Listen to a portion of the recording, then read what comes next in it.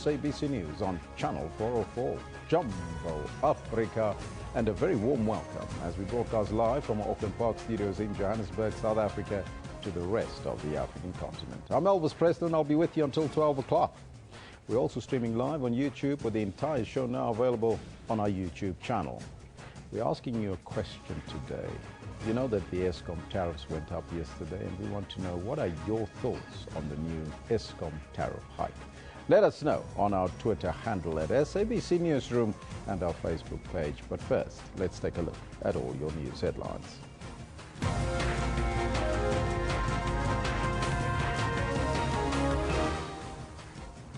The hearing to review a decision to drop the corruption charges against President Jacob Zuma is set to continue in the High Court in Pretoria today, and we'll go there live shortly.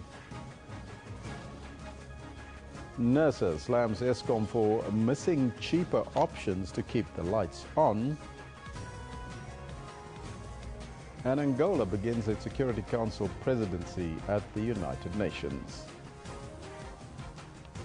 Now, those are all your headlines, but before we get to the news, let's find out from Kendall Makamate what's happening on the sports front. A very good morning to you. Elvis, good morning to you. Quite a lot happening on the sports front, both last night and going into the weekend. It's going to be a bumper weekend in sports.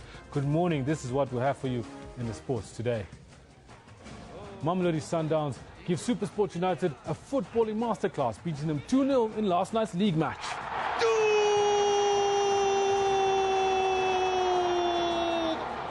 It's important that the players are involved because they are the stars. New FIFA president Gianni Infantino says he wants ex-players to become more involved in the running of the sport. This says Russian athletes hard at training in the hope that their Olympic ban gets overturned. And I'll just have you know that we're also running a competition today about the Nedbank Cup. And really, the question really would be who the defending champions of the Nedbank Cup are. But more about all of that later in the sports. Back to you, Elvis. Thank you, Kendall. And of course, you can win some tickets. So Absolutely. People can win tickets if they answer that question correctly. That is correct. Tickets for you if you get it right. Well, that's all coming up a little bit later. That's with Kendall, so you have to stay tuned. You can win some fantastic tickets there. But the top story this hour. The hearing to review a decision to drop corruption charges against President Jacob Zuma is set to continue in the High Court in Pretoria today. The Democratic Alliance made the application to reinstate the charges. Finally, the NPA and President Jacob Zuma are answering in court. DA believes that Mshe's decision was unjust and irrational and wants it set aside. That what appears from this is that the decision of Mr. Mshe was an impulsive decision. It wasn't at that stage a reasoned decision. We would submit it wasn't at that stage a rational decision, backed by any reasons. It was a decision which reflected his own sense of betrayal and anger and outrage over the McCarthy conduct. The NPA says the tapes show political interference and manipulation in Zuma's prosecution, but the DA insists the timing of the indictment did not affect the strength of the corruption charges against Zuma. Mr. Mshe, the decision maker, failed to take proper account of or failed to attach sufficient weight to the nature and circumstances of the corruption and related charges. But the NPA holds a different view. The NPA faced difficult questions from the panel of judges about whether there was evidence that the alleged political conspiracy involved President Thabo Mbeki. There's no evidence that President Mbeki himself was conspiratorial in this prosecution. The point is that McCarthy and Anuka, with or without the assistance of President Mbeki, were proceeding with one agenda and one motive, and that was to try and ensure that President Mbeki was successful at Polokwane. So there's no evidence that President Mbeki was involved in this, but it's what McCarthy was doing. The DA is hoping to have the 783 charges of corruption, fraud and racketeering against the president reinstated. But in a statement, the presidency has described this as abuse of process by the main opposition to advance a political agenda. Manqoba Mchunu, SABC News at the North Gauteng High Court. Now, for an update, we cross now live to Aldrin Sampear, our reporter who's at the High Court in Pretoria. Aldrin, a very good morning to you. And let's start off by what happened yesterday. Can you just give us a short roundup? Well, just basically looking at what happened yesterday is that we heard the evidence being led there by the DA's counsel and Sean Berger really going to the nitty-gritties of what their argument is that basically that the decision by Mkhoteni Mshe at the time to drop the charges were done in a fit of rage, that he was angry and he decided to drop the charges without really considering whether the gravitas of the discussion or the conversations between Leonard McCarthy as well as Bulelani Ngcuka at the time were of such a nature that President Jacob Zuma would not have a fair trial. Remember that in the decision to drop the charges against President Jacob Zuma, Mkhoteni Mshe said that there was an abuse of process. And what the DA wants the court to decide is whether there was an abuse and what's the gravitas of that abuse. Is it of such a nature that President Jacob Zuma would have not received a fair trial? The argument from the NPA's side is that when interpreting the conversations between Mr. McCarthy and the former NPA head, Bulelani Ngcuka, what the court should also bring into consideration is the context in which those conversations were happening. And those conversations, as the NPA believes, were happening in the process of trying to get President Jacob Zuma trying to get Thabo Mbeki to win at the Polokwane conference, which was set to take place in 2007 in December. Remember that the NPA decided back in November the 30th to reinstate the charges against President Jacob Zuma, but there was a back and forth as to when exactly should those charges be reinstated. Should it be before the Polokwane conference or should it be after the Polokwane conference? And the NPA is saying that what happened, what is clear, is that McCarthy was quite central in pulling the strings as to when the charges are laid against President Jacob Zuma, and the charges were eventually laid on. The indictment was served on the 20th or after the Polokwane conference happened, and this was to make sure, as the NPA says, that President Jacob Zuma does not become president of the country. What is likely to happen today, Aldrin? Well, today we expect the NPA will obviously start off this morning as well, continue to lead evidence why they feel Mkhoteni Mshe made the right decision, and his decision was rational at the time to drop the charges against President Jacob Zuma. But quite a difficult question coming yesterday from one of the justices here is that whether Mkhoteni Mshe knew about the Browse Mole report at the time that they decided to drop the charges on the 1st of April. Remember that on the 31st of March, after a meeting between the NPA acting head at the time, the decision was to continue with prosecuting President Jacob Zuma. But after Mkhoteni Mshe listened to the tapes, even though he had access to the transcripts before the 1st of April, he decided on the 1st of April that actually they will drop those charges against President Jacob Zuma and not continue with pressing the charges or prosecuting President Jacob Zuma. So we expect more explanation from the NPA how Mkhoteni Mshe arrived at the decision not to prosecute the president. And then after that we expect Kemp J. Kemp, who is representing the president, President Jacob Zuma, also to be leading evidence. And after that we have a friend of the court who will also be leading evidence. We know that this hearing is set down for 3 days, so tomorrow will be the final day, and then we'll wait for a decision from the court whether the charges against President Jacob Zuma should be reinstated and whether that decision by Mkhoteni Mshe was irrational. What time is the court proceedings supposed to get underway this morning? We expect the court proceedings to start around about 10 o'clock this morning. And if we look at what happened yesterday, it might be a long one in terms of the cross-questioning that will happen with the NPA and the decision to drop the charges. And probably we would adjourn around about 4 p.m. Eldrin, as usual, thank you so much for a wonderful update, and you'll keep us updated as to the court case as it unfolds there. That was our reporter on the scene, Eldrin Sampier, and we'll keep you abreast of the happenings there. We'll probably go there live around about 10 o'clock as soon as the court proceeds, and we'll keep you abreast of that proceedings. Meanwhile, Eskom says it will convert all households in Soweto to the prepaid system, where residents owe the power utility more than 4 billion rand. Eskom says it's a cheaper way, rather, of providing electricity. It has, however, not indicated how much the program will cost. Meanwhile, Eskom has begun the rollout of smart prepaid meters in the Johannesburg suburbs of Sandton and Midrand. The move will see 6,000 households converted to the new smart meters. The utility says the program is part of its smart prepayment solution to all customer sectors. The National Energy Regulator has slammed Eskom for missing cheaper options to keep the lights on.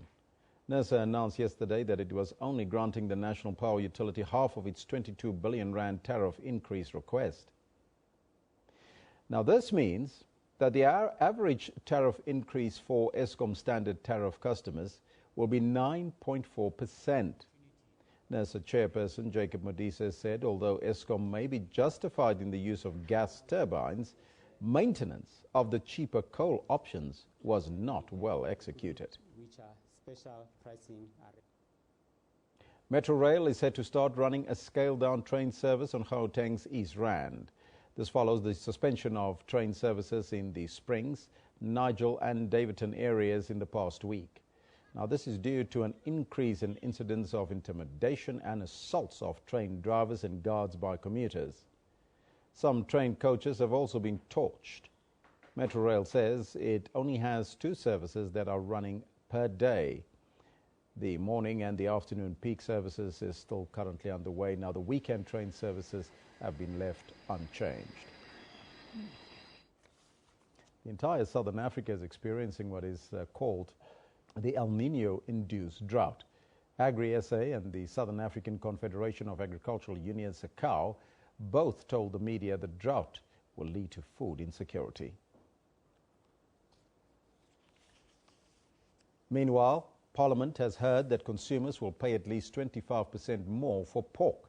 This is according to the South African Pork Producers Organization. The organization says the price of maize, which pork producers use for feed, has increased by 70%. Now, this will have a huge impact on pork prices. Agri-SA reiterated that they want the government to declare the drought a national disaster. Angola has begun its presidency of the Security Council with a push for the body to examine the role that women play in conflict prevention and resolution in Africa. Ambassador Ismail Gaspar Martins also indicated that they will closely monitor the evolution of the peace agreement in South Sudan.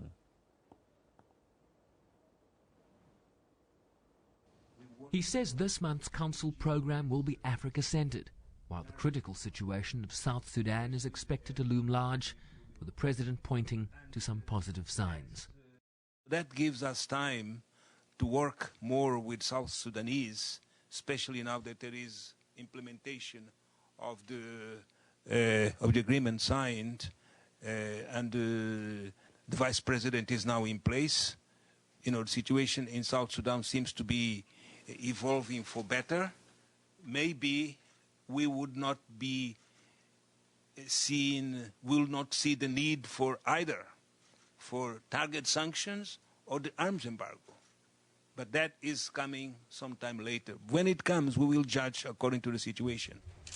The return of Vice President and Opposition Leader Riek Machar to the capital Juba is reportedly imminent, but has missed deadline after deadline. We pressed the Council President on the basis for his optimism, given that fighting has yet to cease in the country.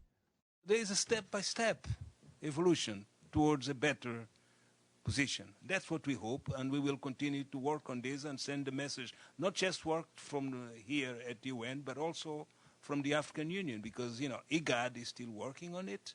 The Great Lakes, we're also working on it. And apparently our messages are beginning to be taken seriously. And that's what I hope. But if you send a wrong message, say, for instance, we are going to target Riek Machar and, Salva Kiir, it's wrong. We don't go for this. Council will also focus on the prevention of conflicts in the Great Lakes region, which includes the DRC and Burundi, among others. Sherwin Bryceby's SABC News, New York. Joyce Mujuru, the woman who once seen as the successor to President Robert Mugabe, has launched an opposition party. Mujuru announced herself as the president of the Zimbabwe People First Party. She is hoping to succeed where other opposition parties have failed in unseating the ruling ZANU-PF party in power since 1980.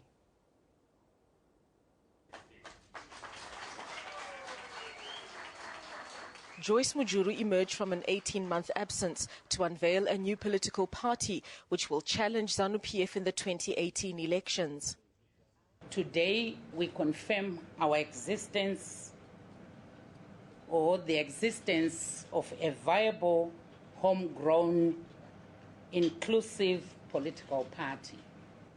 In the front row, former senior members of ZANU-PF fired alongside her for allegedly trying to topple President Robert Mugabe. The party is fashioning itself as a new entity, promising to restore the aspirations from the 1970s War of Independence. Today, that unjust system, ZANLA, ZIPRA, and the Zimbabwean masses fought against, remains a noose around our necks, as that system has stolen any hope for the people of Zimbabwe. Zimbabwe People First is a dynamic party that embraces the future. But not everyone believes it can bring change. Until she was fired last year, Mujuru had been a member of cabinet since 1980. She has been the vice president for the past, for so many years. Now, I don't think she has got something new to offer to Zimbabwe, because what President Mugabe is, that's all she also is. So I don't think there's any difference. Others believe that her Liberation War credentials will bring the broad-based support from the politically powerful war veterans movement, a constituency that opposed Morgan Tsvangirai. That is going to work to work very much in her favor, because she commands a lot of respect from the ex-combatants. The ex-combatants, they like her, and she's very nice. She's mature. People First says it's preparing for its inaugural convention to elect its leadership, vowing that its former ZANU-PF members will not return to the ruling party. Shingai Nyoka, SABC News, Harare, Zimbabwe. U.S. Republican Donald Trump and Democrat Hillary Clinton have ended the super elections in the United States in dominant positions to secure their party's presidential nominations yesterday. Now, votes are still being counted, but Trump has so far won 6 states compared to only 2 taken by his closest rival, Ted Cruz, and 1 by Marco Rubio. In the Democratic Party race, Clinton is projected to have won in 7 states, including the major prize of Texas. Super Tuesday was the biggest single day of state-by-state contest to select party nominees for the November 8th election to succeed the Democratic President Barack Obama. Opinion polls heading into the voting had shown Trump leading in most of the 12 states up for grabs, raising the possibility of a big night that would intensify worries among Republican leaders who fear the billionaire could inflict long-term damage on the party. Trump has worried many in the Republican establishment with proposals such as building a wall along the U.S. southern border with Mexico, deporting 11 million illegal immigrants, and slapping a temporary ban on Muslims entering the country. Now that's controversy for you in the United States race to the presidency. But economists have advised consumers to further tighten their belts, as the energy regulator NERSA grants Eskom half of its 22 billion rand tariff increase request. Now that decision means that you, the average consumer, that increase for Eskom standard tariff, you as the customer, is now 9.4%. That's what you have to pay extra. Now let's take a look at your comments, and please remember to send us your views on Twitter at SABC Newsroom. Let's take a look at some of those tweets that we have for you. This one from Angelo Capolla says that, so Eskom complains about only getting 11 billion rand from NERSA, and yet it's already got 3 billion from Treasury, plus 2 billion on the way. That's what you call efficiency, says Angela Capola.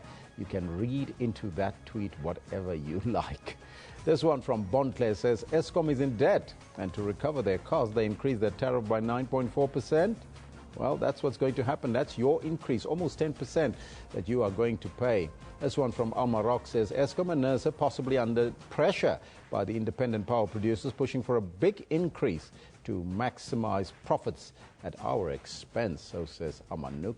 Sonny, the solar guy, says, so technically, the additional price increase approved by NERSA was only 1.4% higher than the 8% previously approved.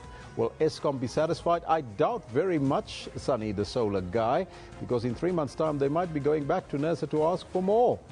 Well, what's your take on it? And in fact, we're asking you a question today that relates to that. What's your thoughts on this increase that was granted to Eskom by NERSA? Your thoughts on the new Eskom tariff hikes?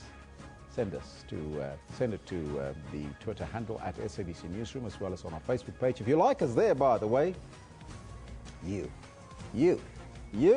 become part and parcel of this growing family on Newsroom, and you can post your comments.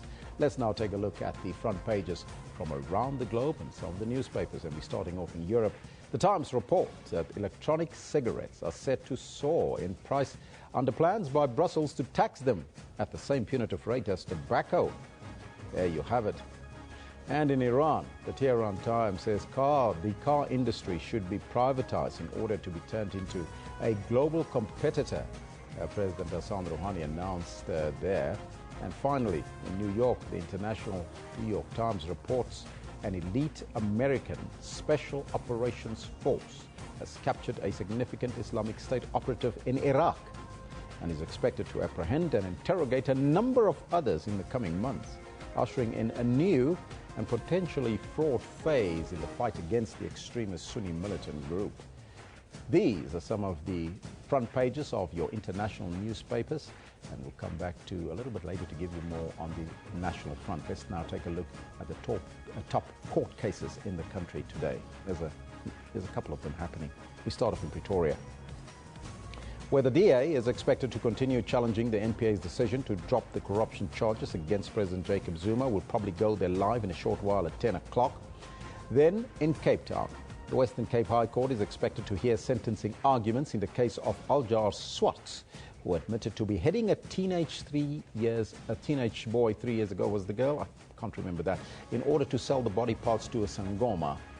Those are some of the court cases currently happening, and we'll keep you abreast of those as we continue here on Newsroom. Let's take a short break, and when we're back, we continue with the race issue.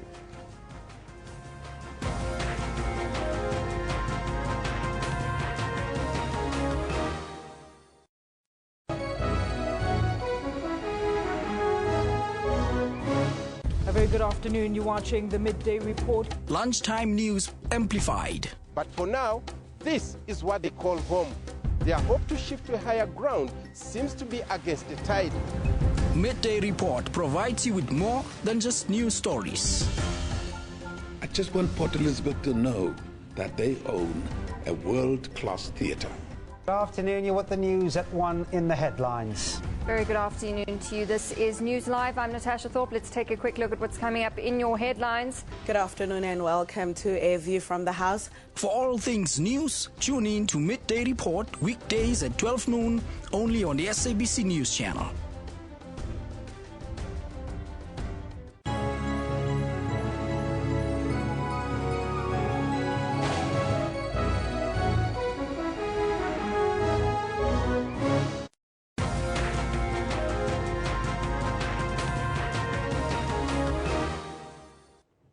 Welcome back.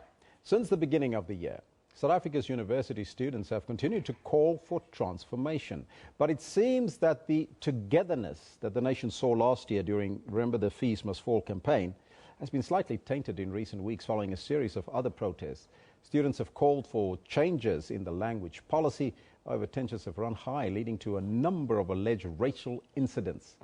But on Monday, the South African Institute for Race Relations released their findings from a survey that indicates that South Africa's race relations are, in fact, very good. Joining us in studio is the South African Institute of Race Relations representative, Minky Mari Steytler.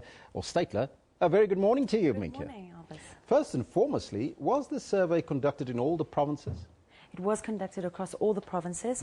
It also mirrored how South Africa's demographic works, just on a smaller scale. So it was carried out by Mark Data, which is an independent company, and they specialize in these sorts of surveys.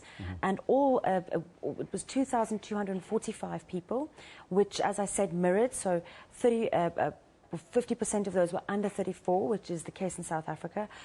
78% were black South Africans, 9% coloured South Africans, 3% Indian South Africans, and 10% white South Africans. What was the total sample, though? 2,245, yes. Obviously, one would want to do something like a census, so it could be really interesting to include these sorts of questions in an upcoming census to actually get that huge, how do 54 million of us feel about it? But this is a good snapshot of what your silent majority, we feel, actually think. Did it take into account rural as well as urban dwellers as well? Yes, it did, completely. Okay. Again, mirroring how South Africa works, so there being quite an influx into the urban areas, so a little bit more there than in the rural areas, but yes, definitely mirroring South Africa, trying to give a little photographic snapshot of it. Now, the period over what time frame was it conducted? Was it only on over a period of what? One year, or was it longer? It was conducted actually over a couple of months, and people were asked a number of questions, ranging from: do they think race relations have remained the same or improved since 1994? Do they think there should be race quotas within sport? Do they care what the race is of the person who teaches their children, for example, and so forth? And also, actually, one of the most interesting questions was, what do they think are the most serious issues facing South Africa? And that's where we got a snapshot that showed us that there are actually people in general are more worried about high unemployment, about the crime, of course, and about the water shortage, for example. All those things actually came further up the list than race did. I was going to ask you about the major findings, but it seems like you've just answered that question. But according to the report, a majority, that is 76% of South Africans, feel that race relations have stayed the same or have improved since 1994. Does this imply, though, that the recent incidents that we've seen in racial, in the universities, as well as some incidents in nightclubs, are actually a minority in the bigger picture? Yes, we feel so. I mean, we were surprised when we got the results back ourselves, because we've also been being called about these incidents a lot. We always refer people to the Human Rights Commission, because we're a research organization rather than a complaint or investigative organization. But we were surprised ourselves, and so we do surmise that these are minority voices on both sides, like minority white racists and then minority black people who are also feeling hurt, and that the silent majority in between are actually wanting to work together. However, we do say in the report that we mustn't be complacent, that people expressing themselves are expressing a frustration, are expressing hurt, are expressing issues that they have. And so we do say that we must still focus on South Africa's biggest challenges, the economy, the education system, and so forth, because we feel that a lot of these issues actually underlie people's frustration. Just going back to the sample size, though, of 2,000, is that a significant amount to qualify this particular report? Yes, it is. In polling, in the polling world, people that actually specialize in that, it is. But as I said, ideally, one would want to do this again, maybe double the sample size, maybe triple the sample size, and of course, including this in our next census could be a very interesting thing to do, because the time has been reached where South Africans are, tallying up what has happened in the last 22 years, how things are going and how we can move forward. You mentioned earlier that most of the South Africans that answered in the survey said that they would support their children being taught by a person of another race. What does this point to, though? It points that people care about education. They don't mind what race someone is, as long as the education that that child is receiving is of a high quality. In fact, 91% of the respondents said that they really had no issue with the race of that teacher. And we actually think that's probably the most important question, because 50% of our population are very young. It is where our country's wealth lies. And it was really great to hear that parents put maybe racial prejudice that they might still hold, they put that below their child's success, their child's future. What are some of the recommendations that came out of this report?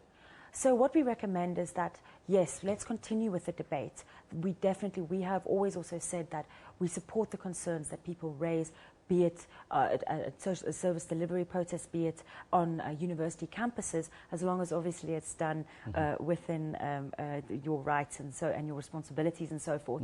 But we recommend that we do need to start looking at policies that build the economy. We especially need to look at our youth unemployment and our education system.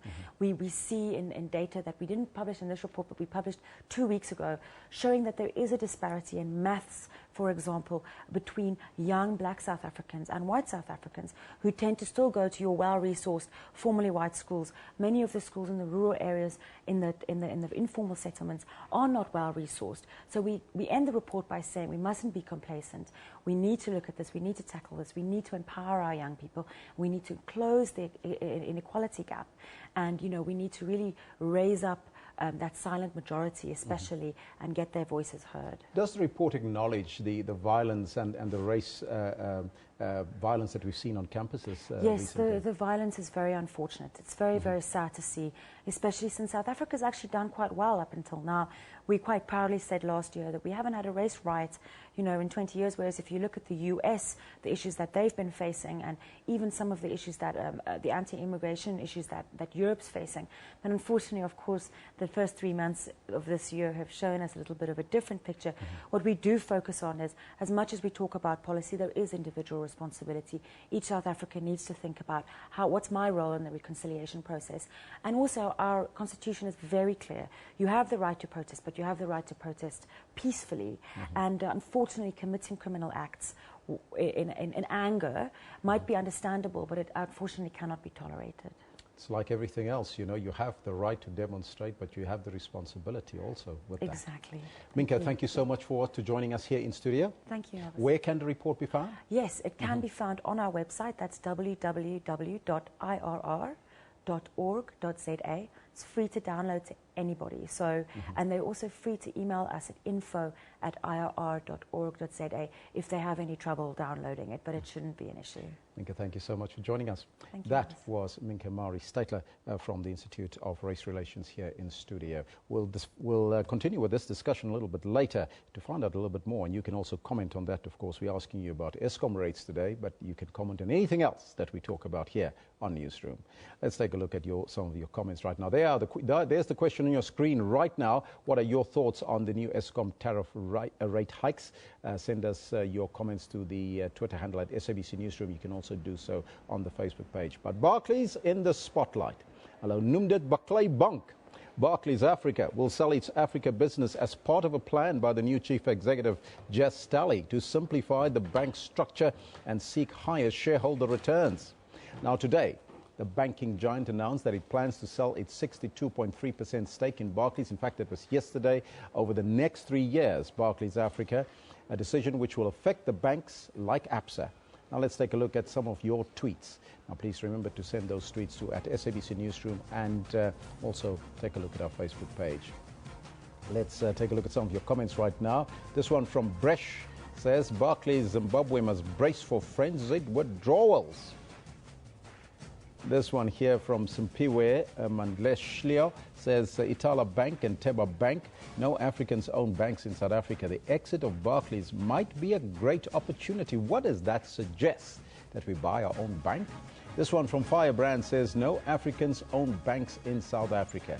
The exit of Barclays might be a great opportunity, says Firebrand. And this one from Checo that says, Barclays PLC today announced their intention to sell down their 62.3% stake in Barclays Africa over a 2 to 3 year period. How do I raise 4 billion rand? Checo want to buy a bank. Maybe you want to do the same. How we can all do crowdfunding and buy ourselves a bank there, Checo. These are some of your comments on the Twitter handle. Let's now take a break, and we'll be right back after that with more.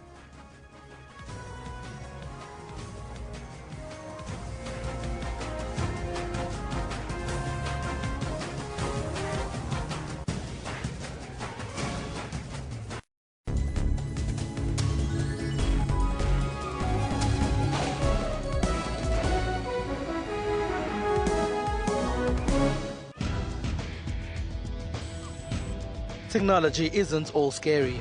There's also fun stuff like gaming. Lots of women do play games, whether it's on their phones or their tablets. Then there are Africans who are using new tools to make other people's lives much easier. We typed the whole CV on a small, QWERTY Nokia phone. For all these and other technology and social media news, join me, Spumelele Zondi, every Sunday at 7:30 p.m. Central African Time on SABC News.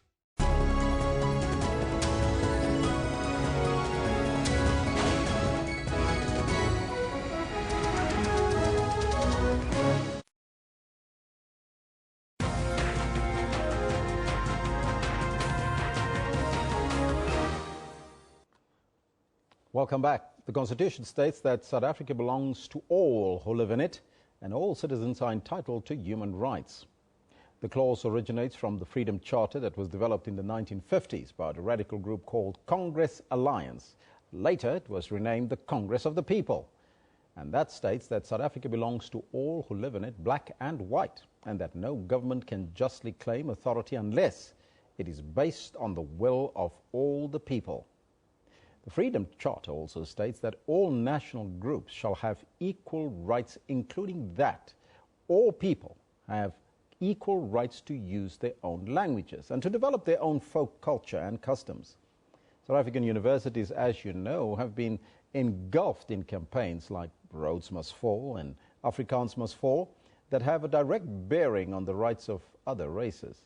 Kalibocha Maseramaru from the Rhodes Must Fall campaign now joins us from our Cape Town studio. She also specializes in racism in universities and student politics. A very good morning to you, Kalibocha, and welcome to Newsroom.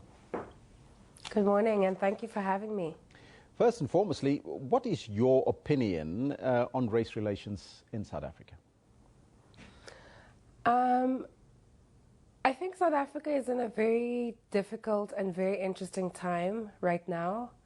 I think as a country we're at a point where we are forced to deal with many realities that for the longest time we've had to be in denial about, or we chose to be in denial about. And I think right now we're at a point where as South Africans and as people of this country, we have to ask ourselves questions of what does it mean to be black in South Africa? And like you said earlier, what the Constitution says that everyone has the rights, to use their own language and to association and to the wealth of this country. But what does it mean for you, a majority of this country, to not have those things and to be at peace with it, and for the wealth of the country to be in the hands of the minority, for basically the privilege of enjoying this country to be in the hands of the minority. So I think as a country, we're at a point where we need to be dealing with those issues. We can no longer be in a denialism about it. We have to have these difficult conversations that many of us have been trying to avoid, that we have kind of hidden behind from the Rainbow Nation facade and, living together. But that's not the reality for a lot of South Africans. Who are awarded these rights, but they don't materialize into anything tangible for them. They don't materialize into education or into wealth or into land or even in the ability to access, services on a daily basis. Now, the report that we just interrogated by the South African Institute for Race Relations indicate that 76% of South Africans feel that race relations have stayed the same or have improved since 1994. What's your take on that? Well, I think it's very interesting because, when we say, what does it mean? When we say that the race relations have stayed the same or have improved, who have they improved for, and to what degree have they improved? And we need to also ask the question if those race relations and that research and those statistics they also take into cognizant the people who don't access urban areas, the people who don't have access to or are not able to sit and go through those census or those statistics and be a part of that. So I think it's a bit of a distorted, in my opinion, a very distorted view of race relations in South Africa, and evidently so with the state of our universities. Basically, many of our universities being at the brink of really like a collapse because of the denialism around race relations, of the denialism of the exclusion of a lot of people of color in universities. So I do wonder if all of those things are taken into consideration, and if we can actually, take the report seriously when we see so many things happening that say otherwise around us. Now, the emerging student campaigns, are they not perhaps adding fuel to the fire that we already have in the country, Kalibo? Well, I mean, I don't know if it's adding fuel to the fire, but it's the reality of what's happening. We can't say that things shouldn't happen just because we feel like the country is vulnerable. The country is vulnerable because it hasn't been dealing with the issues it needs to be dealing with.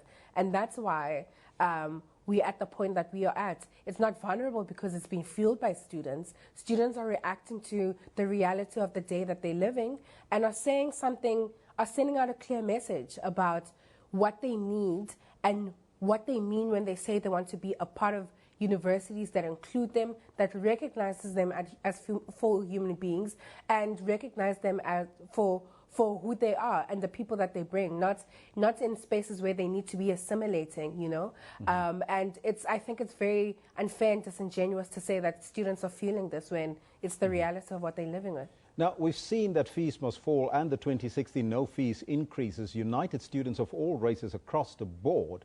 Why was it perhaps not the case with the roads must fall as well as the Afrikaans must go? Because it seems that they infringe on other races' fundamental rights. I don't think that's what it is. For example, a campaign like Afrikaans must fall is not a challenge to the, to Afrikaans as a language. It's a challenge to white Afrikaans hegemony in this country, white Afrikaans nationalism. Because Afrikaans, it's a challenge to Afrikaans being used as a language of exclusion in many universities, which it is. There are a number of universities that are not accessible to people, where people are failing because they just don't speak Afrikaans, and because they don't fit into that mold that's been created around Afrikaans nationalism. So I think those campaigns are more about inclusivity, and they're more about saying we have as much a right to be here as anyone else, and we have as much a right to learn in languages that we can understand and that can help us in our prosperity. I think campaigns like Roads Must Fall cannot be accused of dividing people. It can only, if people who think that Roads Must Fall is divisive, or people that don't want to deal with the reality of this country, the fact that within institutions, Black people or people, racialized bodies in those surroundings are still excluded. They don't feel safe, and basically it's still a numbers game that's going on, and that's what movements like Roads Must Fall are challenging, and Afrikaans Must Fall. They're challenging the aspect of exclusion. They're challenging the aspect of victimizing people because they don't fit into certain molds. And I think, those are important conversations to be had in South Africa at this time. We need to be asking ourselves, what does it mean for universities such as the University of Cape Town in 2016 to not even have one Black professor, one Black female professor? What does it mean for us to be teaching to be taught a Eurocentric curriculum, and for students to be excluded at will, and no active work being put in to make sure that students stay in school and they are helped through the university experience. So does this all say point to transformation or overall change? I think it points to overall change. Roads Must Fall uses the word decolonization, and in my opinion, decolonization supersedes the idea of transformation, because transformation allows us to get into a numbers game, to count how many people we have and say, this is what we're talking about. But we don't even take into cognizance, the fact that if we're bringing people into the university, are we making the space livable for them? Is it comfortable for them? Or are they expected to assimilate for them to find a level of comfort, which they never really find? So I think what Rhodes Must Fall is speaking about is an overall change, is a serious, reckoning with the idea of providing or creating institutions and spaces that are representative of people, where people feel safe and people don't they don't sink into depression. Yes, we've got multiple students committing suicide. That's where we got to leave it. Things. Kaliaboha, thank you so much for your time and joining us in our Cape Town studios. That was Kaliaboha Maseramaru from the Rhodes Must Fall campaign. She also specializes in racism in universities and student politics. Right, let's now take a look at some of your comments. Proteas left-arm spinner Aaron Paghiso has been suspended from domestic cricket with immediate effect. Now, this was after independent test on Friday confirmed that Paghiso's bowling action is illegal. Now, let's take a look at your comments, and remember that you can send them to @SABC Newsroom. That is the Twitter handle there. Send all your comments there. There's Paghiso, his bowling action deemed illegal. Let's take a look at the comments and see if we can find them. Are they there? There's the first one here. Sports Minister Fikile Mbalula has called on the CSA to step in and help the spinner Aaron Paghiso to get his career back on track. And this one from MLS says South Africa's spinner Aaron Paghiso, his bowling action has been determined as illegal following independent test. #World T20 Riaz Dars. And this one from Offense says, gosh, what does this people want from Aaron Paghiso? That is Offense there with that comment, a question mark there. Now let's take a look at our picture of the day. It comes from Cricket South Africa with this caption. Our big winner for tonight. Where's that picture? Let's have it there. There we have it.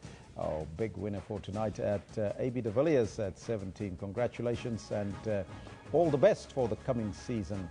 #CSA Awards 15. Now let's take a look at what is happening on our Facebook page today. We can get that up and running. It's up there. There you can see it. Pennsylvania Appeals Court ordered a temporary halt to the sexual assault case against comedian Bill Cosby. That was yesterday, pending its ruling on whether the defense lawyers' appeal for a decision moving the case to trial can be quashed.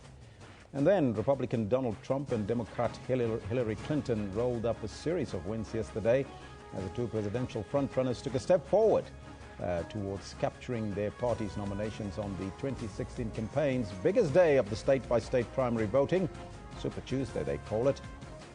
And finally, sanitation will receive priority when the Gauteng Department of Education spends a further 300 million rand on the refurbishments of schools. Now you can find all of these stories on our Newsroom Facebook page, or you can visit SABC, the website, at www.sabc.co.za/news. Well, the weather is up next with the weather doctor, Philip Hawkins.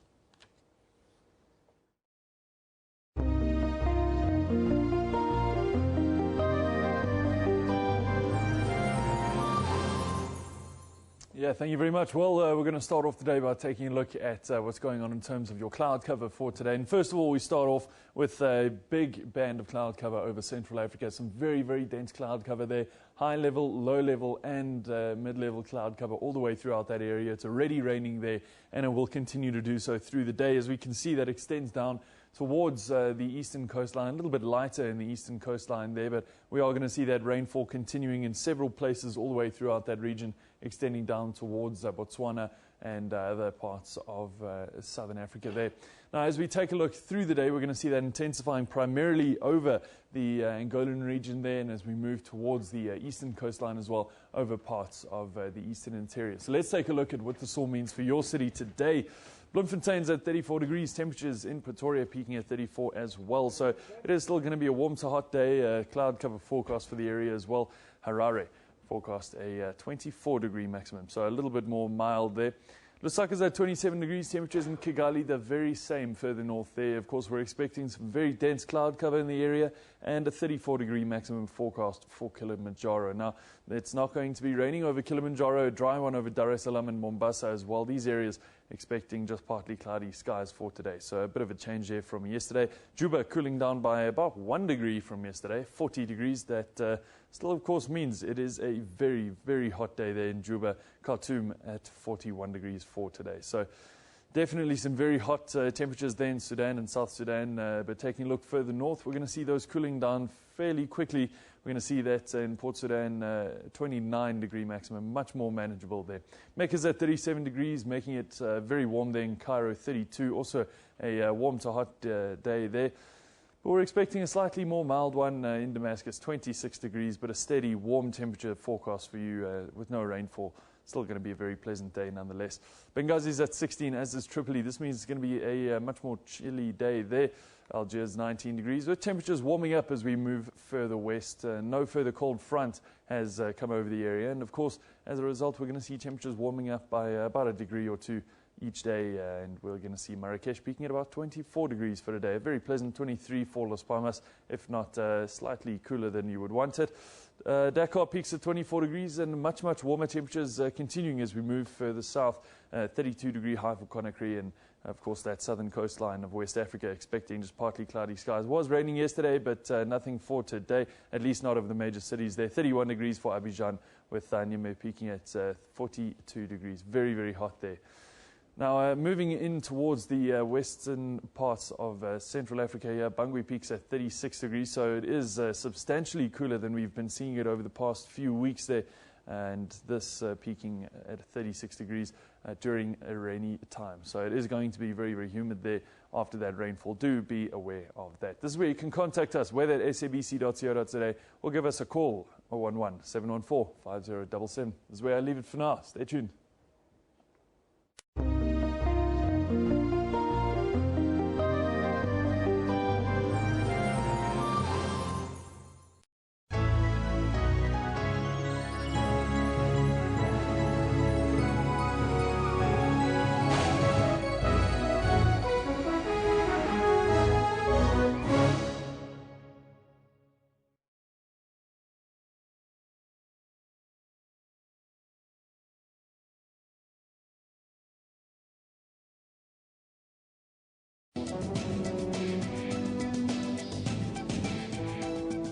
Children's rights and health are a priority in the journey of good health. All children should have access to adequate health care, not only curative but preventative as well. How to identify ADHD on children. ADHD is a childhood disorder which manifests with the symptoms of hyperactivity, impulsivity, and or inattention. Is breastfeeding still a vital nutrition to babies even today? Breastfeeding for the first 6 months of life is absolutely crucial. Catch Health Talk with Dr. Sello Mutawung every Saturday from 9 till 10 a.m.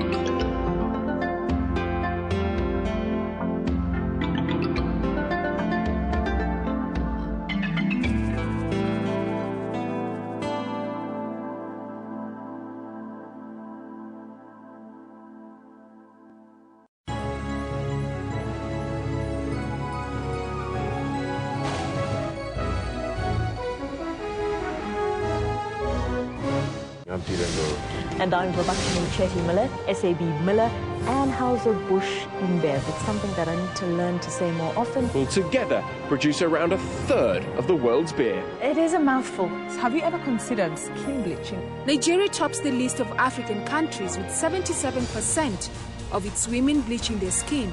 Now I can see that it is not good because it affects my face and some of my body parts.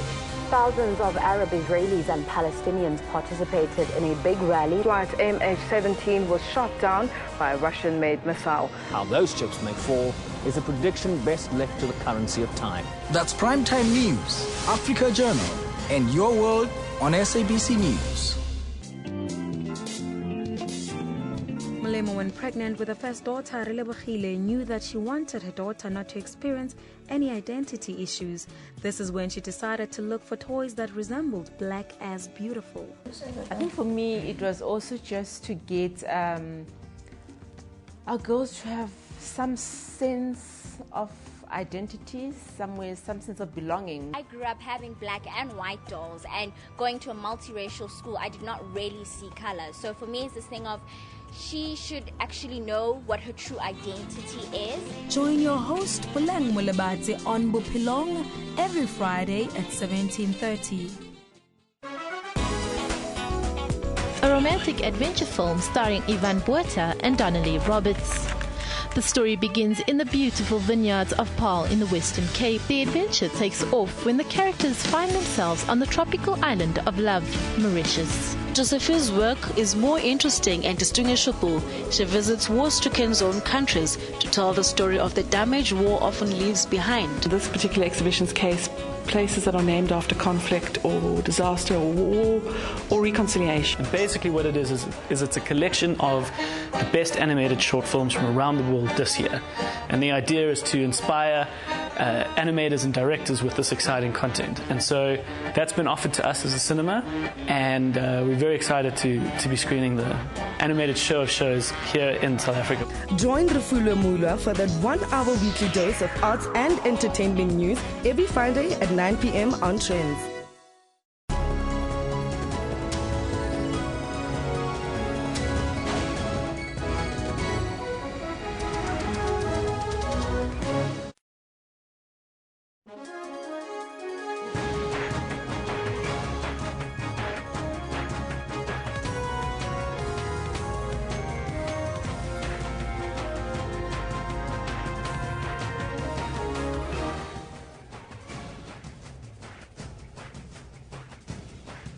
It's 10:00 hours Central Africa time on this Wednesday, the 2nd of March 2016. This is Newsroom on SABC News on Channel 404, Jumbo Africa, and a very warm welcome to the second hour as we broadcast live from our Auckland Park studios in Johannesburg to the rest of the African continent. I'm Elvis Presley.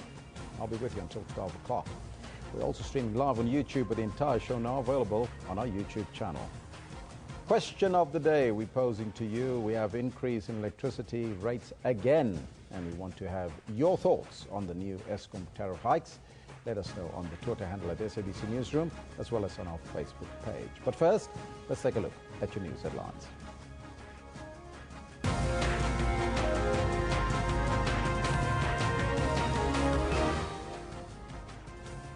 The hearing to review a decision to drop corruption charges against President Jacob Zuma continues in the High Court in Pretoria this morning.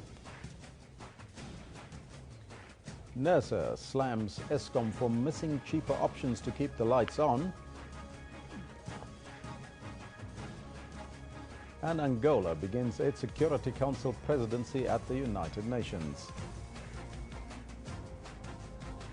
These are some of your top stories this morning, but before we get to the news, let's find out from Kendo Markamate.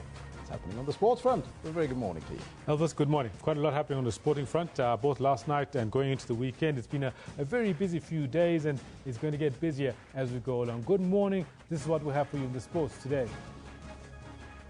Mamelodi Sundowns gave SuperSport United a footballing masterclass, beating them 2-0 in last night's league match.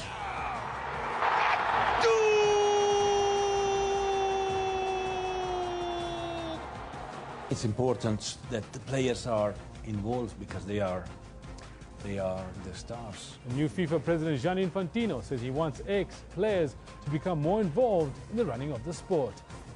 All this as Russian athletes are hard at training in the hope that their Olympic ban gets overturned.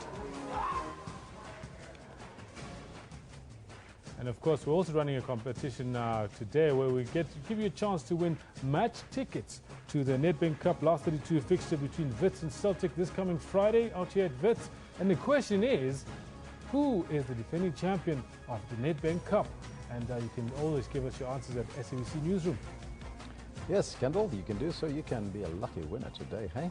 Right, let us know on the Twitter handle at SABC Newsroom. You can also do it on the Facebook page if you like us there. We'll check it out, and if you're the winner, we'll let you know. Right, top story this hour. The hearing to review a decision to drop corruption charges against President Jacob Zuma is set to continue in the High Court in Pretoria today. The Democratic Alliance made that application to reinstate the charges. Finally, the NPA and President Jacob Zuma are answering in court. DA believes that Mshe's decision was unjust and irrational and wants it set aside. That what appears from this is that the decision of Mr. Mshe was an impulsive decision. It wasn't at that stage a reasoned decision.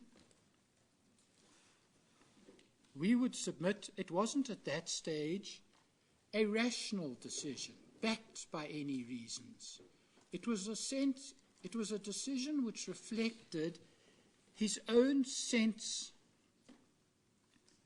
of betrayal and anger and outrage over the McCarthy conduct.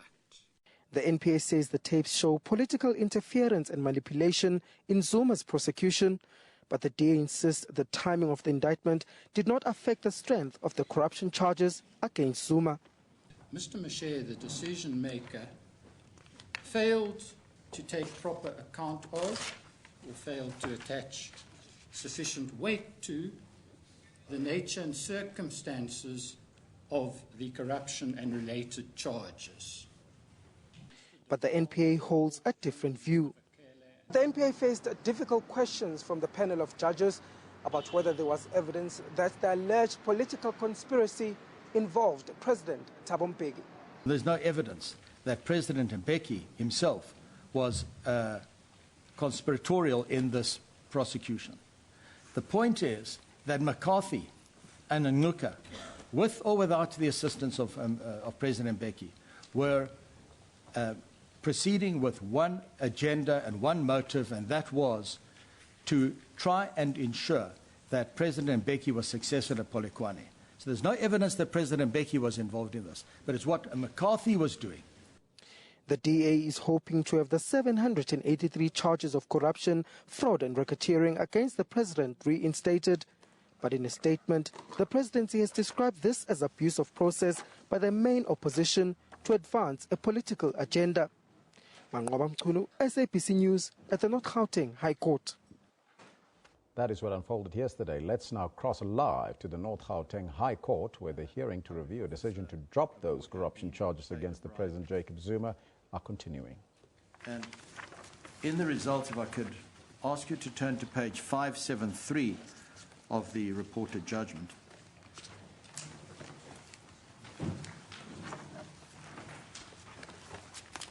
At the bottom, next to paragraph 11, the following is stated. The Yamama investigation did continue, and in the autumn of 2006, the SFO, which is the Serious Fraud Office, intended to investigate certain bank accounts in Switzerland to ascertain whether payments had been made to an agent or public official of Saudi Arabia. The SFO had obtained the cooperation of the Swiss authorities. The attempt to gain access to Swiss bank information provoked an explicit threat by the Saudi authorities that if the Al-Yamama investigation were continued, Saudi Arabia would withdraw from the existing bilateral counter-terrorism cooperation arrangements with the UK, withdraw cooperation from the United Kingdom in relation to its strategic objectives in the Middle East, and end the negotiations then in train for the procurement of Typhoon aircraft. The Director of Prosecutions had to then decide, does he succumb to this threat, or does he continue with the investigation? And at page 576, you will see what the Director of Prosecutions did, and the similarity to this case will become apparent. At paragraph 22, the Director discussed the matter further with his case team that evening. On the morning of 14 December, he confirmed to the Legal Secretary that his conclusion remained the same, that in his view, continuing the Al Yamama investigation would risk serious harm to the UK's national and international security. He accordingly decided that the Al Yamama investigation should be discontinued. His decision was announced in a press release the same day. It read, "The Director of the Serious Fraud Office has decided to discontinue the investigation into the affairs of BAE Systems plc as far as they relate to the Al Yamama defence contract with the government of Saudi Arabia. This decision has been taken following representations that have been made both to the Attorney General and the Director of the SFO concerning the need to safeguard national and international security. It has been necessary to balance the need to maintain the rule of law against the wider public interest. No weight has been given to commercial interests or to the national economic interest." So there were suggestions that if he did not stop the prosecution and Saudi Arabia withdrew, that that British citizens may lose their lives. That was the perception. Now, it went to the High Court, and the High Court said that he must continue the prosecution, and the House of Lords overruled that. This is what happened. At page 580 is the main issue. It is common ground, paragraph 30, it is common ground in these proceedings that the Director is a public official appointed by the Crown, but independent of it. He is entrusted by Parliament with discretionary powers to investigate suspected offences which reasonably appear to him to involve serious or complex fraud and to prosecute in such cases.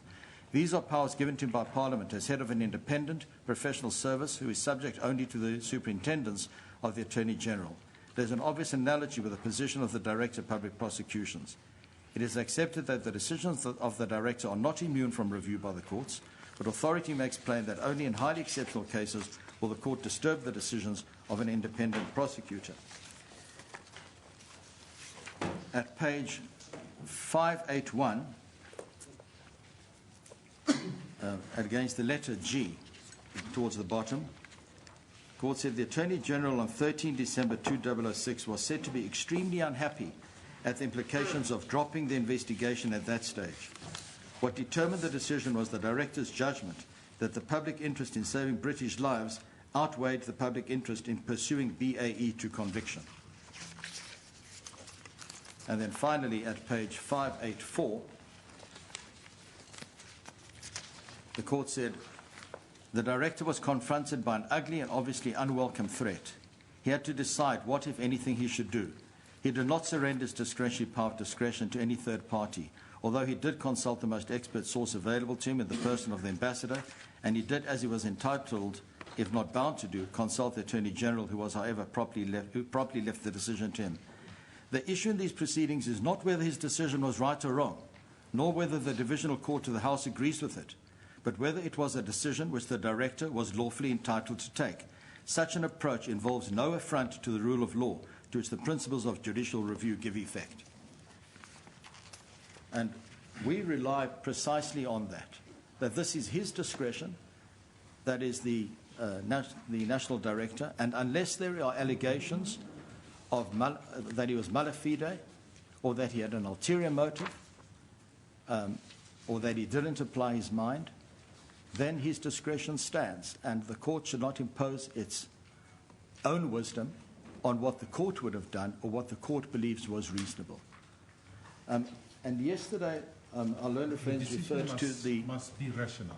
Must always be rational. Pardon? Must always be rational. Yes. But even being unreasonable is not irrational, because one can imagine that in the Corner House case, the House of Lords decision, one can imagine that there were many people in the United Kingdom who are upset that their prosecuting authority succumbed to a threat of this sort.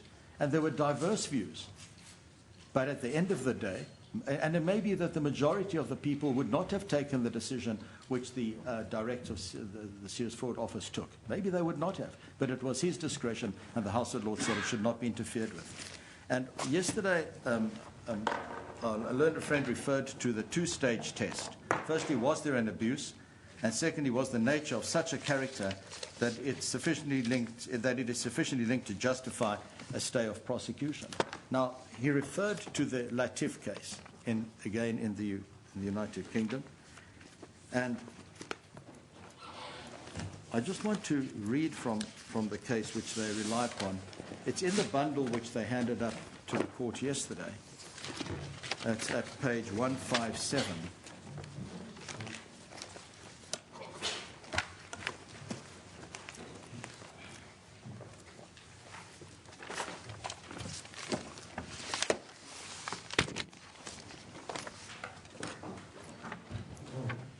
Now, I don't want to read the entire portion to the court because, with respect, your ladyship and your lordships can read it yourself. So if I skip anything, it's only because I understand that it will ultimately be read in full by the court. But starting at page 157, this is what the court said. The court may recall that this was an entrapment case. And during the case, the accused applied for a stay on the basis that there had been an entrapment. And it was refused, and they went on appeal. This is the appeal. In the middle of the page 157, it's page 360 of the judgment, the Court of Appeal rejected the concession of the prosecution and held that the customs officer did not commit an offence under Section 170 because he did not act fraudulently. Then the next paragraph. It is now necessary to consider the legal framework in which the issue of abuse of process must be considered. The starting point is that entrapment is not a defence under English law. This, however, is not the end of the matter. Towards the bottom, but 6 lines from the bottom, if the court always refuses to say such proceedings, the perception will be that the court condones criminal conduct and malpractice by law enforcement agencies. That would undermine public confidence in the criminal justice system and bring it into disrepute. On the other hand, if the court were always to stay proceedings in such cases, it would incur the reproach that it is failing to protect the public from serious crime. The weakness of both extreme positions leaves only one principal solution. The court has a discretion. It has to perform a balancing exercise. And in our case, that was the discretion given to the national director. He had to perform a balancing exercise. And over the page, in the middle, just between the letters B and C, Bennett was a case where a stay was appropriate because the defendant had been forcibly abducted and brought to this country to face trial in disregard of extradition laws. The speeches in Bennett conclusively established that proceedings may be stayed in the exercise of the judge's discretion, not only where a fair trial is impossible, but also where it would be contrary to the public interest in the integrity of the criminal justice system that a trial should take place. An infinite variety of cases could arise. General guidance as to how the discretion should be exercised in particular circumstances will not be useful. But it is possible to say that in a case such as the present, the judge must weigh in the balance the public interest in ensuring that those that are charged with grave crime should be tried, and the competing public interest in not conveying the impression that the court will adopt the reproach that the end justifies the means.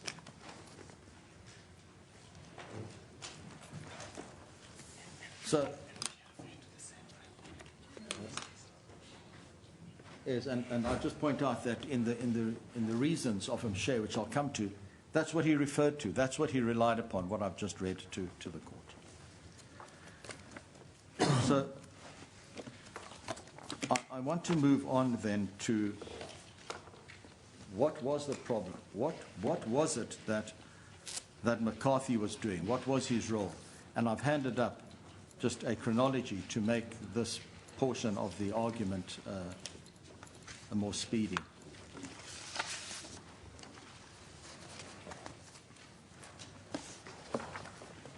There are references to the affidavits. Only in some instances will I need to refer to the affidavits themselves. The chronology is this.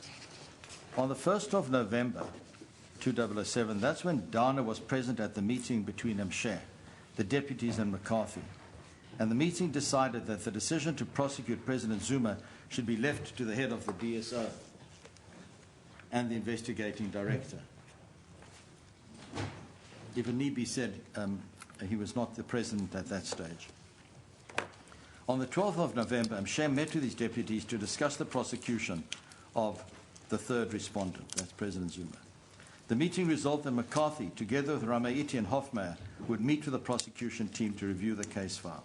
Mshe made it clear that it is up to McCarthy to take a final decision to prosecute, and we've referred to where this appears in the affidavits and where the court will see Annexure WH53, Vili, legal position, NDPP not to make decision. Is NDPP comfortable with the decision? Decision of DSO, that was McCarthy, and NDPP comfortable. That was a note made in the minutes of that meeting, which appears at WH53 at page 373.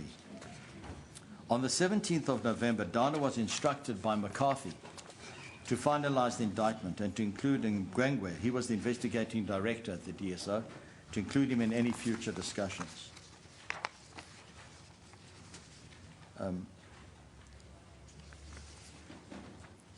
This is reinforced in Dana's notes. I needn't go there. In November 2007, McCarthy knew that suggestions to delay the prosecution would be rejected.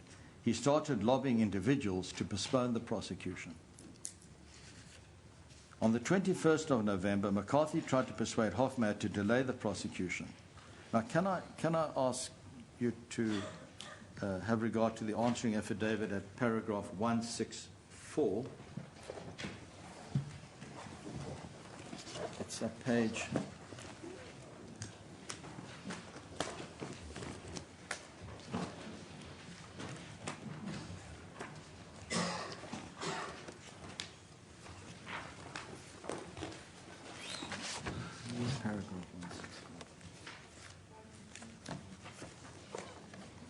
in volume 3 at page 214.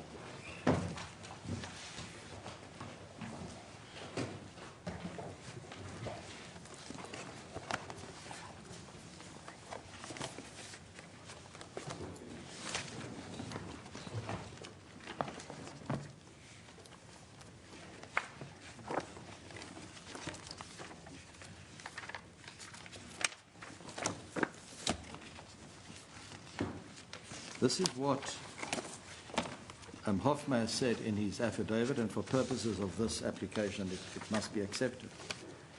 It was around, it's 164, it was around that time that McCarthy first raised with me the possibility of postponing the prosecution in both the Zuma and Salibi cases. He did it informally, as was his style. Just a minute, my page 214. 214, paragraph 164. My paragraph it's on 217. 217. 217. Paragraph 164 is on 217. Yes. Thank you. Somebody's then paginated money. That's how we have it here. Okay. That is. Hofmeyr says, it was around that time that McCarthy first raised with me the possibility of postponing the prosecution in both the President Zuma and Salibi cases. He did it informally, as was his style. McCarthy tried to persuade me that it was prudent for the NPA to delay the third respondent's prosecution. He also said that he did not believe that the NPA had much of a case against Salibi. I disagreed with him. He told me that it was our duty as senior public servants to assist President Mbeki. In other words, we should do everything we could to ensure that President Mbeki was successful at Polokwane. I objected and our conversation became heated. I told McCarthy that it was our duty in the NPA to remain independent. The nature of our work meant that we sometimes had to take decisions that impacted on senior politicians. We could not allow the NPA to be used as a political instrument. I've been active in the ANC and the United Democratic Front for many years before I joined the NPA. The one thing I know is that in politics, the wheel can turn very quickly. Those in power today can easily find themselves out of favor suddenly. I told McCarthy that it would be unconscionable for us to risk the future and independence of the NPA by coming embroiled in factional battles with political parties. I realized then that McCarthy was committed to supporting President Mbeki, whatever the cost to the NPA. Our relationship remained strained after that encounter. I later learned that he had successfully lobbied Mshe and persuaded him that it was necessary to delay the prosecution. If I can go back to our chronology, on the 27th of November, that's when Mshe and the deputies met. There was a briefing by the prosecution team. McCarthy was present, and all was satisfied the prosecution could go ahead. Can I just pause there for a moment? I see that I've overlooked something I wanted to raise, and that is in regard to what I've just read concerning Hofmeyr and McCarthy and their interaction. Again, just to show the court what it was that McCarthy was doing and how he was using his own political agenda and how he was using the NPA as an instrument to achieve his own political agenda. Can I ask the court to refer to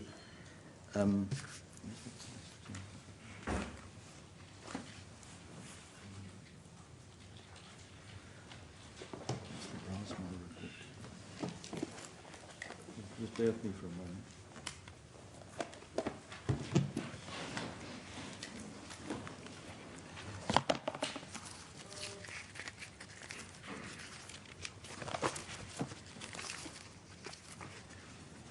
Where's 9914A? Volume 10. Volume 10 at page 908.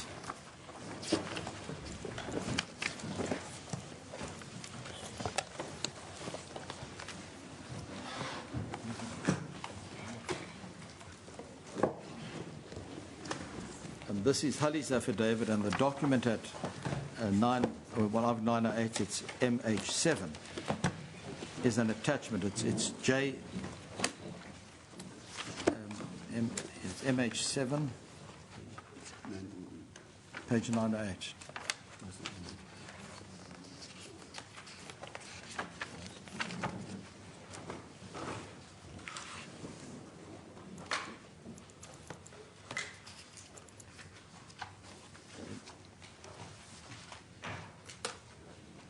May I proceed? This document at 908 is the special report of the Joint Standing Committee on Intelligence on the Special Browse-Mole report. If I may ask you to return to page 914, 914 at the bottom. It's got, now this is 27 November 2007, you see the date at the bottom. At the same time that all of this was happening. Now come the findings of the JSCI, which says at the very last line, with all the relevant information at the disposal of the JSCI, we came to the following findings. The first one is, the Browse-Mole report is the product of the DSO. The leadership of the DSO, that's of course McCarthy, particularly the head, authorized the investigation and the production of this intelligence document, which was outside Section 28 of the NPA Act. Accordingly, the production of the Browse-Mole report was illegal. 2. The purpose of the instruction to compile the Browse-Mole report was primarily directed and targeted at gathering information on a known individual. This person was the Deputy President of the ANC, Jacob Zuma. And in paragraph 7, the DSO did not take any remedial or corrective actions after the leak of the Browse-Mole report, despite it being classified as a top secret document. They did not take any action against the senior special investigator from whom the leak originated. They neglected to take action against the illegal activities of those who were involved in the production of the Browse-Mole report. And finally, under recommendations, the executive authority must take appropriate action against the head of the DSO, Gay McCarthy, and all the officials who were involved in the production of the Browse-Mole report. Now, that was the report of the Joint Standing Committee who made these findings about what it was that McCarthy was up to at that time. This was then already available on the 27th of November 2007, yes, months before the decision was taken to stop the... Yes, about 3-4 months before. Yes. And so what I'm actually getting at, Mr. Mshe at that stage knew about this report and what the findings were. One assumes he must have been, because he was appointed in September. This is November. And if action must be taken, I would imagine that it is directed to him to take that action. Was an action taken against McCarthy by Mr. Mche? Papers. I'm not sure if it's in the papers. I think the papers say. I'm not sure. I think the papers say no action was taken. Yes.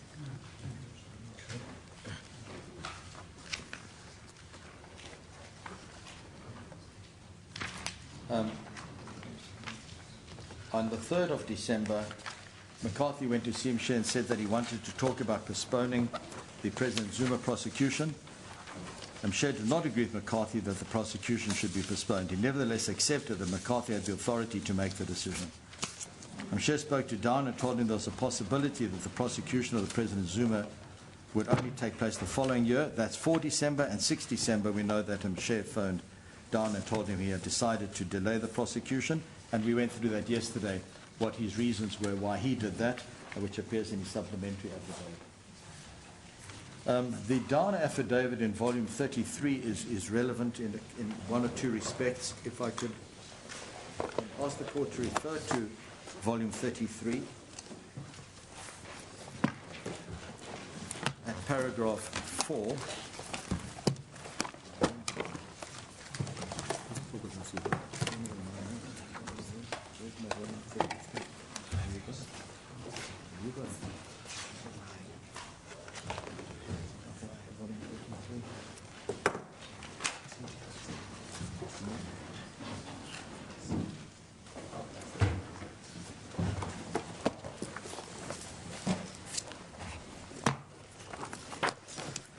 The Dana affidavit starts at page 3166.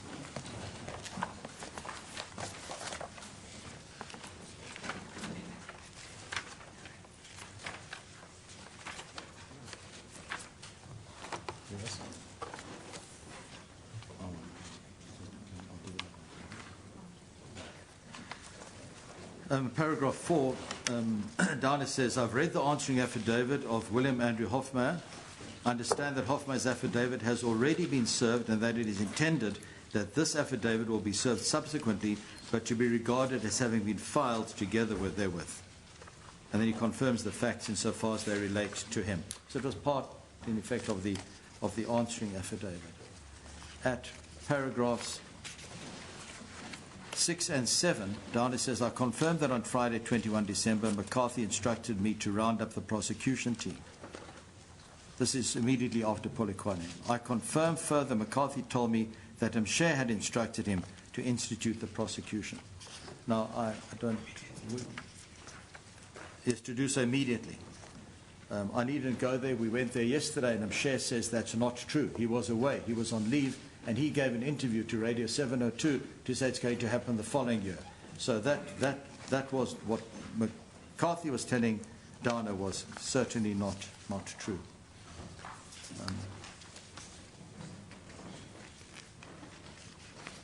Then we know that on the 6th of December there was the memorandum which we went through yesterday from Dana, which I needn't go through again, which he expressed his disquiet and said effectively that this is going to come back to bite us.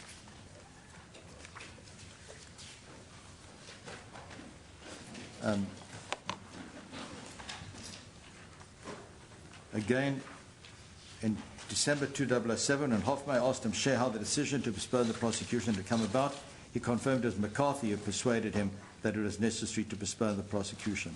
He was prepared to support whatever decision McCarthy made. 20 December, that's the Radio 702 interview I was referred to, and 21, I've already referred to that McCarthy gave the go-ahead for the prosecution. Can I come back to the question which was put to me earlier by Justice Ledwaba? Where's this one? Perhaps you care to make a note, page 264 of Hofmeyr's affidavit. At page 339, Hofmeyr says, in June 2008, Mche wrote to the minister imploring her to take action against McCarthy. To my knowledge, the minister did not respond, despite the findings that the JC... Which page are you referring us to? Page 264, volume 4, at paragraph 339. I hope can I just check that, if I may? I've paid this now. I think maybe I must be checking now.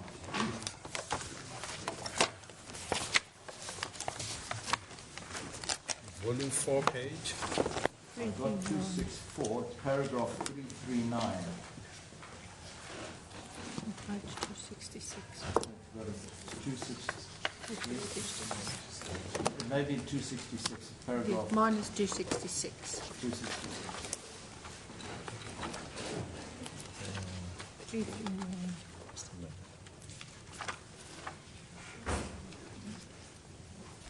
Perhaps I should take it from 337.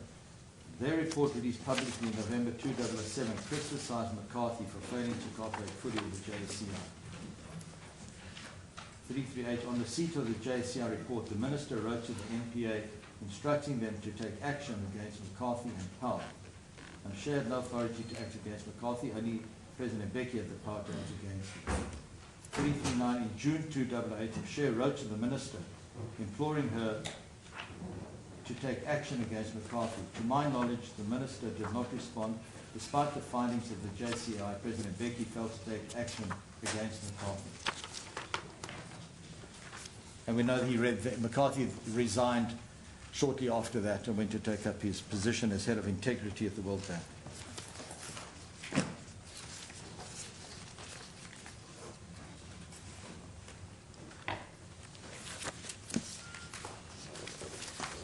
So in terms of what is stated here, you are saying the head of the NPA could not take steps against him. It was only the president and the minister against McCarthy, right? Yes. So that's the view that Mshe had, that he could not take those steps, that it had to be taken by the president. I would imagine on the basis that he's a presidential appointee. Whether he could internally discipline him, I haven't considered. Yes. But the policy and the act of the NPA, what does it say? Does it not give him the powers to institute action against personnel who are within his establishment? Can I look at that and get back to you? Yeah, I can get back to us later, yes. Yes. Okay. I know that there have been issues within the NPA as to what steps can be taken in terms of the hierarchy, and certainly in terms of Section 12(6) of the NPA Act, the President can convene an inquiry into the conduct and suspend pending an inquiry. Okay, you can come back to us later after you have looked into the point. I want to then go to the recordings, which are set out in the statement of Mshe at JS10 in the founding affidavit at page 125.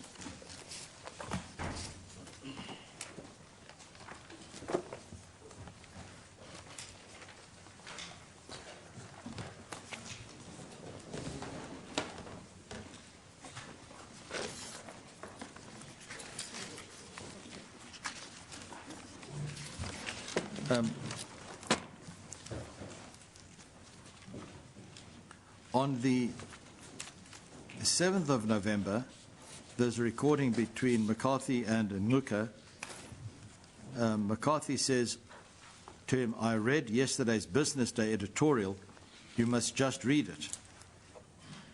And he said, JS. Which volume is it in, Mr. JS10. It's 125. So page 125. 120. It starts at 120. It's the founding affidavit. Which volume? B1. 1B. The Lordships will recall that they detonated from number 1, starting with the supplementary affidavit, and then the founding affidavit came as a later bundle.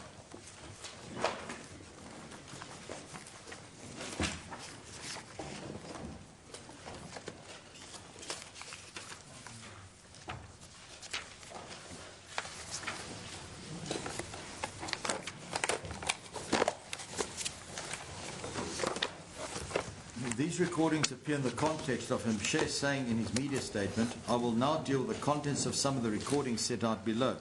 I believe that it is in the public interest to make this available, as this is a matter of huge public interest, and I believe that it is important for members of the public to be able to draw their own conclusions about the nature, I imagine, of conduct." Now, I'm not going to go through every recording. I just want to highlight the following. On the 7th of November, McCarthy says to Ngcuka, "I read yesterday's Business Day editorial. You must just read it." He says, "Just remind me," and McCarthy says, "Yes, it's in line with your thinking." And the comment on the side is that that Business Day editorial expressed the view that it appears to be to the benefit of President Mbeki when Mr. Zuma is not facing charges. Then over the page, on the 26th of November, and Ngcuka says to McCarthy, "So you, the only one who can just save this country from its madness." And about halfway down the page, McCarthy says, "Up until Friday, I received a strong memorandum to say, charge and charge now." Ngcuka, "Friday?" McCarthy, "No, this Friday. The team says we have been messing around with this thing. We're allowing ulterior considerations to come in. It will become an impossibility later. We now must take action and deal with finish and claw, as Jackie Salibi says, but we will talk when I see you." And then at the bottom of the page, on the 12th of December, Ngcuka says, "As long as you don't do it this weekend."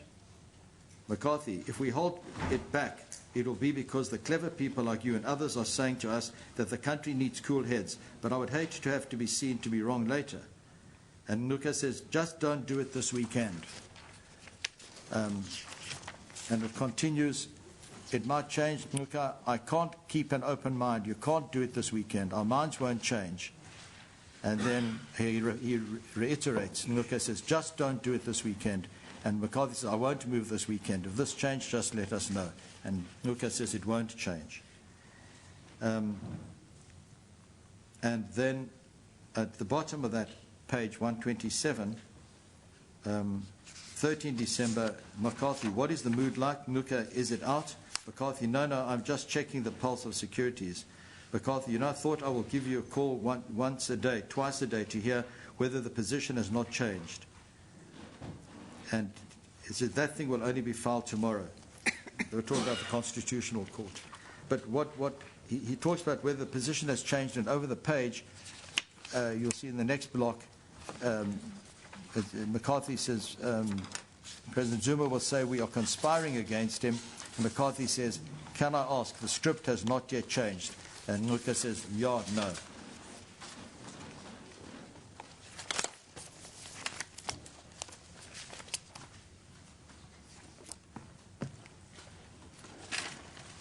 Now I want to then turn to the reasons given by Mshe in this document, and to start off with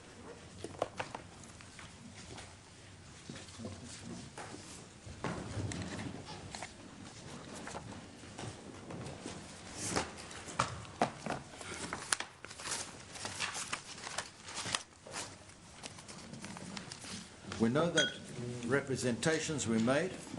There were written representations followed by oral representations. There were two parts. A briefing was given on the written representations, and the second part was a briefing on the allegations of a political conspiracy. And Hully then disclosed that he was in possession of recordings of conversations, and they also related further examples. They said linked individuals to a conspiracy to discredit President Zuma. And then we know that on the 9th of March, it was Hofmeyr and Mzinyati who listened to the recordings. And they then reported on those contents. And they said, he says in his affidavit that Hofmeyr says that they were shocked. He and Mzinyati were shocked by what they had heard. But it wasn't only they who were shocked. And it wasn't only Mshe who was shocked when he listened on the 31st. It was also Downer. Did Downer listen to the tape? Did he? I'm told that he did.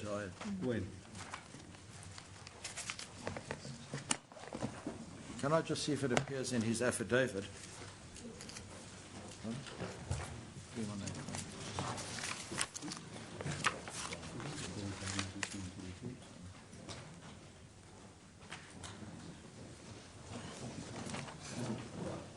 He says that 3181. It's in volume 33. This is Dana's affidavit. What does he say?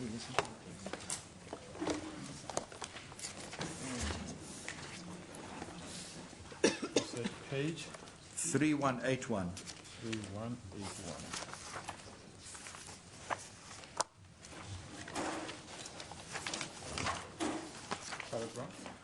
Paragraph 83. I can't recall, my lord, whether it says that he listened to the tapes.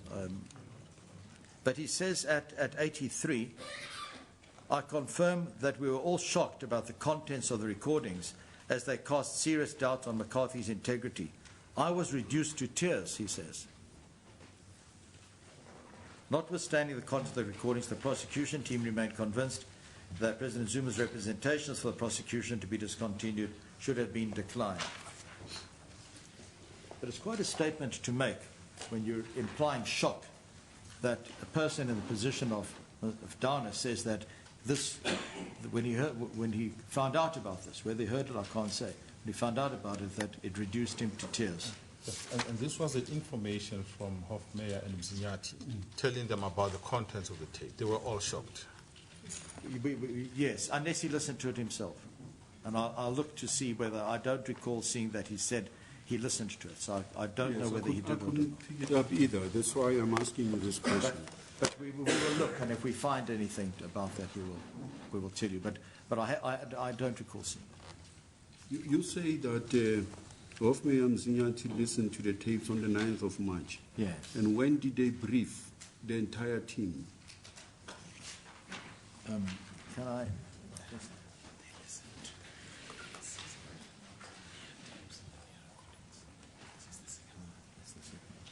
Where's the affidavit of Hofmeyer?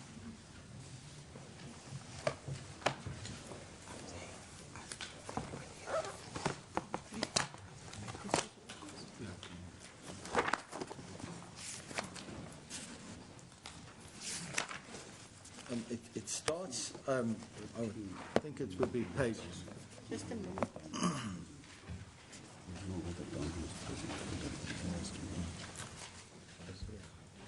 Proceed.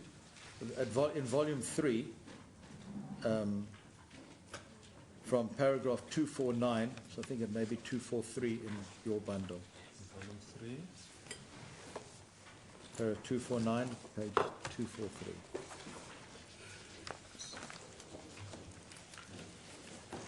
Page 243. Volume.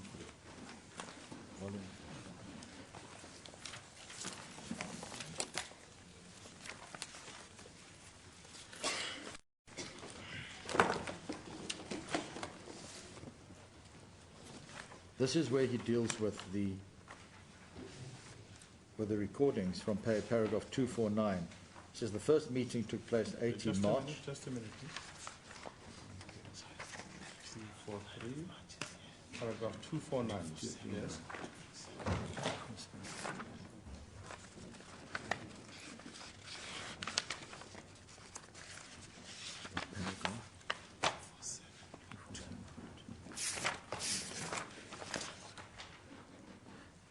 Sorry, it starts actually at paragraph 247, just before that. And Hofmeyer says, on paragraph 247.2, we met with Hadi for a second time on 9 March in my office at the NPA. On this occasion, we were able to listen to the recordings. We made notes of what we heard.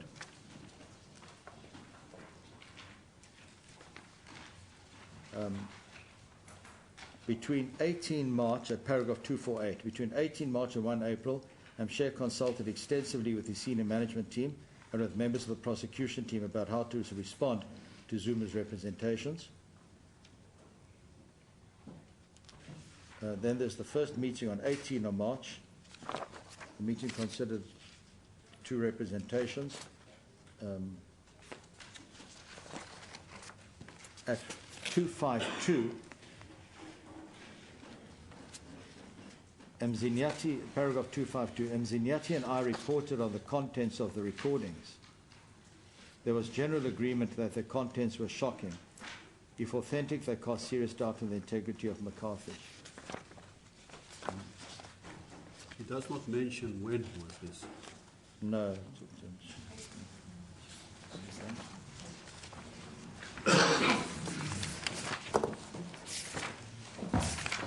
But it seems that is the meeting on the 18th of March. When 18th of March. It starts at paragraph 249. There's a heading, 18 March.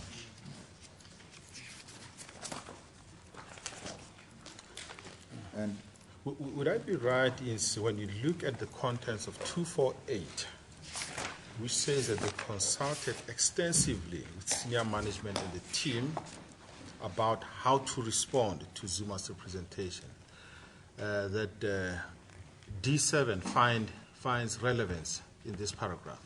That is how it came about that D7 should be drafted. Well, D7 just says March, but it could be that it came from that from those discussions. But at that stage, Mshe had not listened to the recordings. Yes. He only listened to recordings on the 31st of March. But they had briefed him about the contents of the recordings. It seems so. They say so. The 18th of March. I don't know where the letter wants to.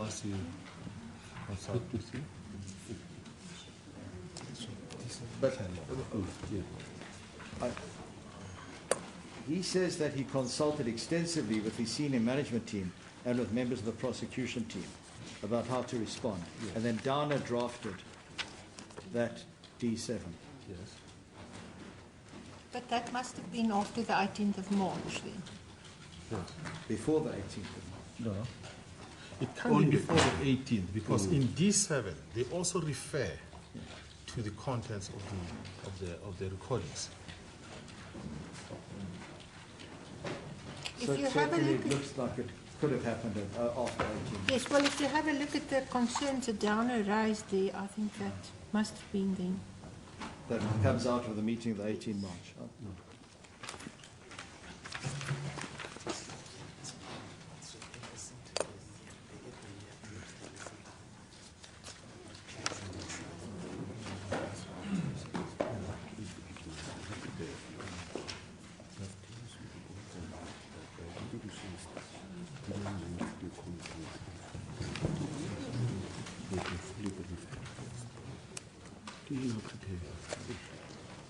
Well, it may not.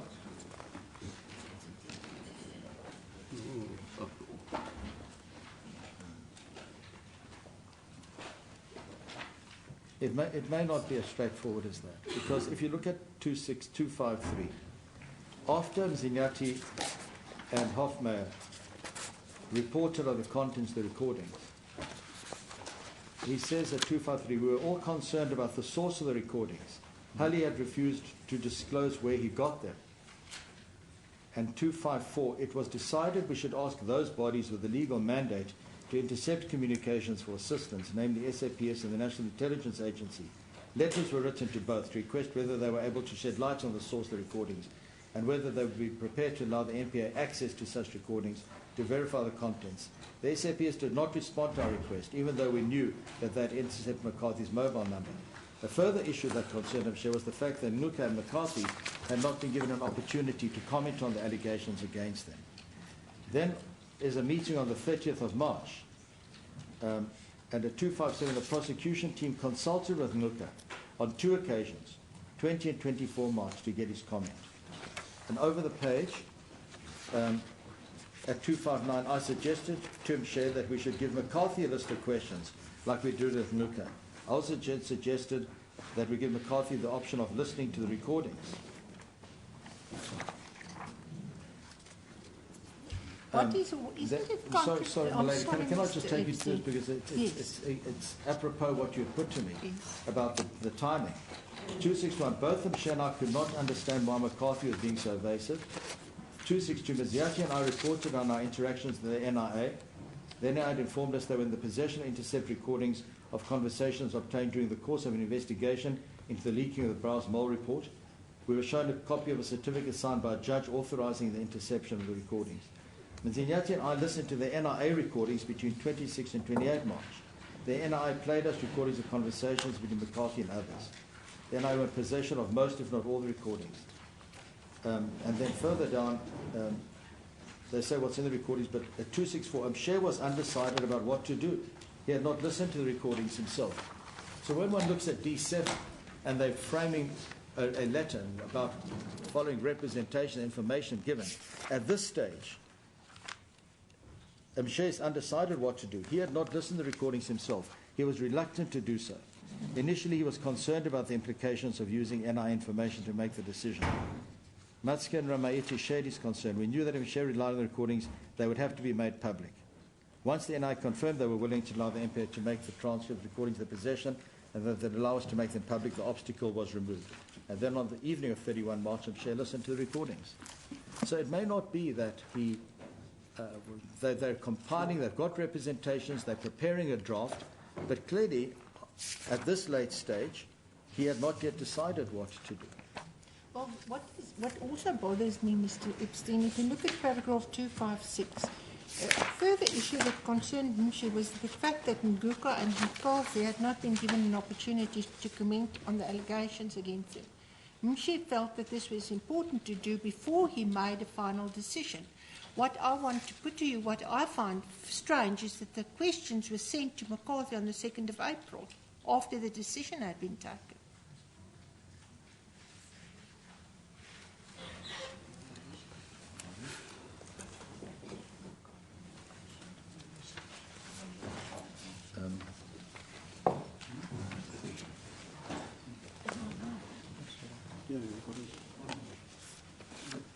I'll have to check that because I think that they sent it to McCarthy earlier and he responded saying he wants additional information.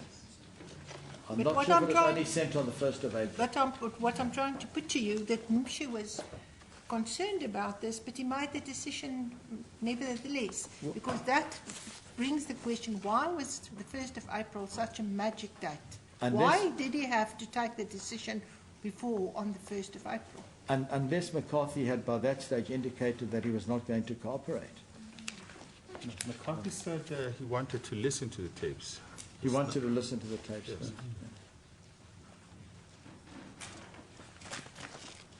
So also, the other thing that is crucial, as my brother raised it yesterday, is that Mzinyati and the Hofmeier briefed the team about the contents of the recordings. Now, what is it that Mshe heard when he listened to the tape that he was not told by McCarthy and Mzinyati that made him to change his mind? Well, we'd have to speculate about that. Perhaps seeing is believing and hearing is understanding, more in terms of context. Okay. But we agree that there's nowhere in his reasons or in the affidavit where he tells us if there was anything new that he found which was not told to him before. There is nothing like that.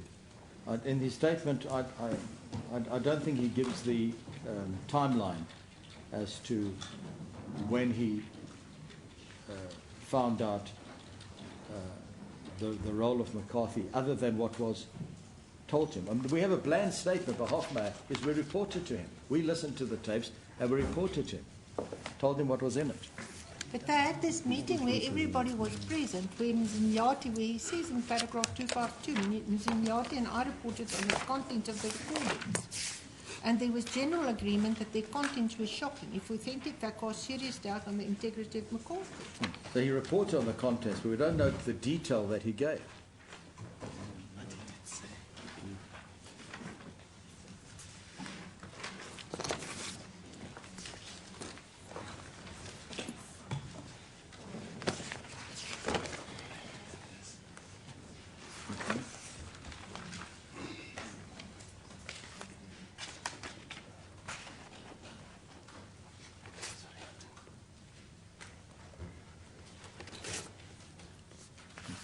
Can I have a moment?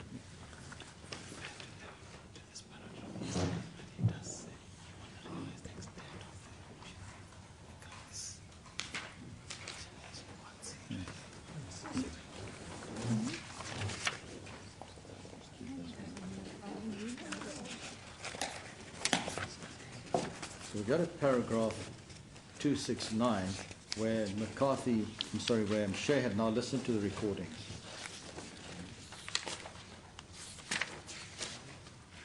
And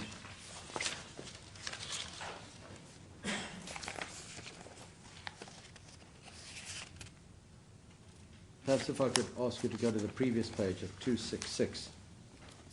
Until the evening of 31 March, only Mzinyati and I had listened to the recordings. Mshe decided it's time for him and the deputies to listen to them. On the following day, on 1 April, Mshe met with the deputies and with Ngwengwe. It's evident from the record of that meeting that he was disturbed by what he heard on the tapes. Until the night before, when he listened to the recordings himself, he had relied on reports from Mzinyati and me to tell him what the recordings contained. 268, he told us that listening to the recordings had made him angry. He informed us that he could not go on with the case and that he had decided to drop the charges. In other words, to discontinue the prosecution. Mshe felt betrayed by McCarthy. Once he heard the recordings, he realized the extent to which McCarthy had manipulated him and others in the NPA.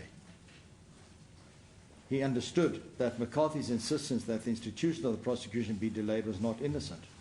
Rather, it was politically motivated. There's nothing wrong with somebody hearing something and then, or being told something, but then you listen to the recording yourself and it takes on a different complexion. It creates a different meaning, or you realize the extent, as he says, of what was going on behind the scenes.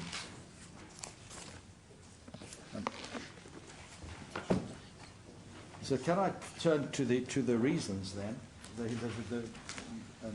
Mshe's reasons in the media statement, and just look at what it is that he said. And I want to, if I may, just highlight certain paragraphs.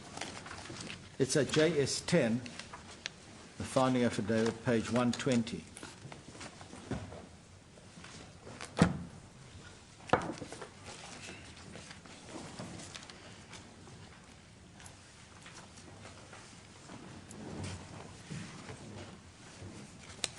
In the middle of the page, he starts off, of course, by saying at the very top, I stand before you today to announce the most difficult decision I've ever made in my life. That was the same ugly decision that the director had to make in the House of Lords decision I referred to. He says, in the fourth paragraph, over the last 3 weeks, the NPA has been engaged in a difficult and painful process of dealing with allegations that the case of Mr. Zuma has been affected by manipulation and abuse of process. We have come across information about collusion between the former heads of the Directorate of Special Operations and NPA to manipulate the prosecutorial process before and after Polokwane elections. We regarded these allegations as extremely serious and set out to investigate them as fully as possible within the limited time at our disposal.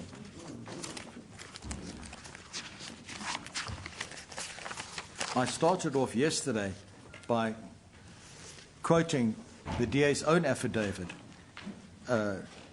criticizing the conduct, stating that it was plainly most irregular and worthy of strong criticism.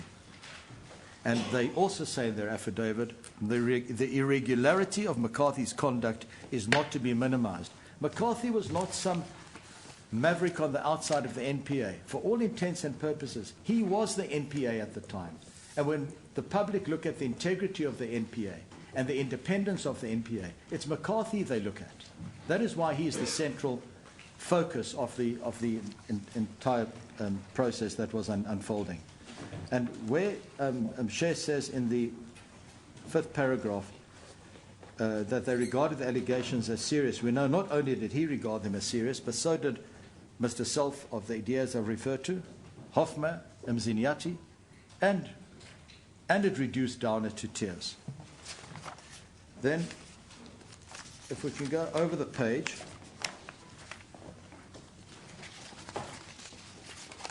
he deals with, in the middle of the page, under possible abuse of process.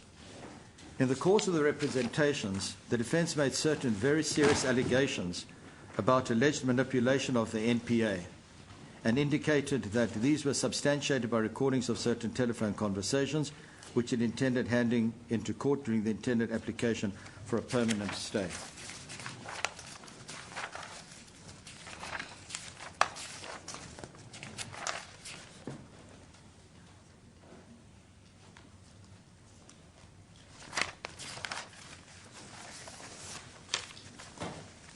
And at page 130, he deals with the conclusion, the second paragraph.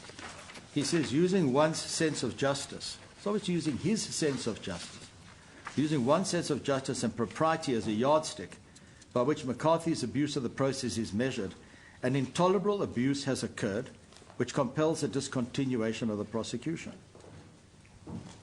And in the middle of the page, it follows, therefore, that any timing of the charging of an accused person which is not aimed at serving a legitimate purpose is improper, irregular, and an abuse of process. A prosecutor who uses a legal process against an accused person to accomplish a purpose for which it is not designed abuses the criminal justice system and subjects the accused person to that abuse of process. Can I take you, Lords and Lady, to Downer's affidavit, volume 33, at page 3177.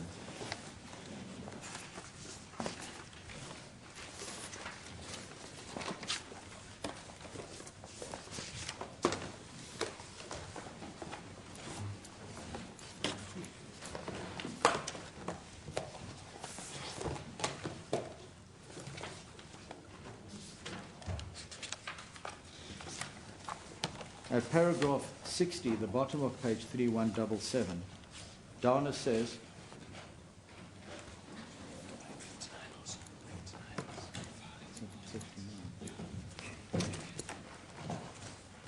we can start at 59. I confirm, he says, that the prosecution team believed that the timing of the announcement was very significant and may have far-reaching consequences. Now, this is the very person who is insistent on proceeding with the prosecution, but this is his view.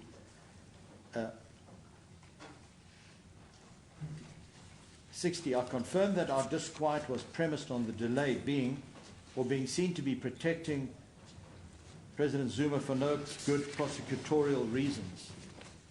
61. I confirm that the prosecution team did not regard the timing as something incidental to the prosecution.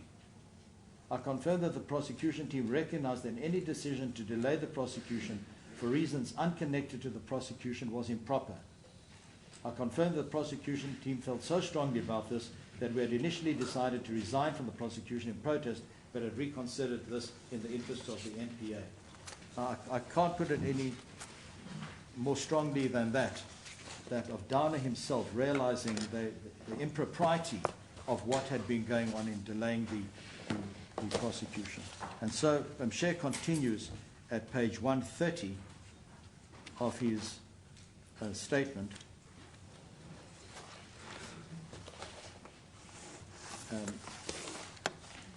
In the middle of the page where the paragraph starts, abuse of process through conduct which perverts the judicial or legal process in order to accomplish an improper purpose offends against one's sense of justice.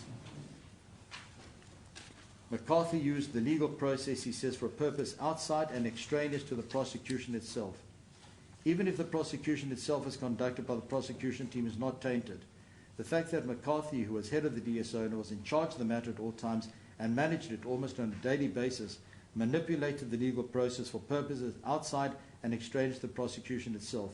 It is not so much the prosecution itself that is tainted, but the legal process itself. And then finally, in the last page, he says in the second paragraph, in the light of the above, I've come to the difficult conclusion that it is neither possible nor desirable for the NPA to continue with the prosecution of Mr. Zuma. And importantly is the following. He says in the fourth paragraph, let me also state for the record that the prosecution team itself had recommended that the prosecution should continue even if the allegations are true, and that it should be left to a court of law to decide whether to stop the prosecution. However, I believe that the NPA has a special duty as one of the guardians of the Constitution and the Bill of Rights to ensure that its conduct is at all times beyond reproach. And then he says, as an officer of the court, I feel personally wronged and betrayed, that on a number of occasions I have given evidence under oath that there has not been any meddling or manipulation of the process in this matter. It is with great regret that I have to say today that in relation to this case, I cannot see my way clear to go to court in future and give the nation this assurance. So having been manipulated by McCarthy, he's assuring the entire public in South Africa that this prosecution is untainted. Everything has been done above board. And in truth and in fact, that wasn't what was happening. So, in conclusion, I want to emphasize what I said right at the beginning. At the end of the day, we know that this is the discretion which the Constitution and the legislation reposes in the National Director. It's his discretion. And courts will not interfere unless there are exceptional circumstances within which to do so. And the question to be asked is this. If one sees that the integrity of the National Prosecuting Authority has been impugned, if in the eyes of the public, it can no longer hold up the badge which the Constitution requires, that we are independent, we conduct ourselves without fear, favor, or prejudice, without any outside influences, whether economic, whether political. Unless the public repose that trust in the National Prosecuting Institution, then the democracy in our country fails. There is nothing more important. You can't have a constitutional democracy unless you have an independent prosecutorial authority. And one has to ask the question, as he did, as Mshe did, is it more important to pursue the conviction of one person? You must put out of your minds the respect that this was the president. Is it more important to pursue the conviction of one person, even where the merits may appear to be good? Or is it rather more important to assure the public that at any cost, the prosecutorial authority will not be impeded, it will not be affected, it will not be influenced by outsiders, and it will always remain independent? It's like the judiciary. There may be cases where your lordships will have heard and will hear, where there is strong evidence against an accused. But it's inadmissible. It's hearsay. And even though you know it's true, you have to disabuse your mind of it, you have to ignore it, and that person has to walk free. Why? Because those are the rules we abide by. Those are the rules, and mostly the rules will provide what we need. It will provide justice in the end. But we cannot allow the pursuit of one individual to trump the independence that we require of the NPA. And I want to end off by referring to the case of State versus Mohammed.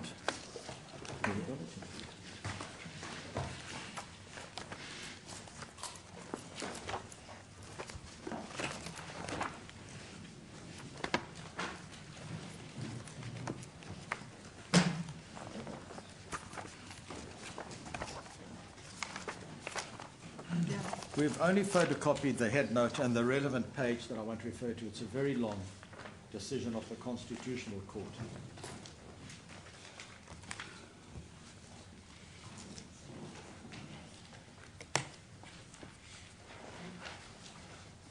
And this really makes the point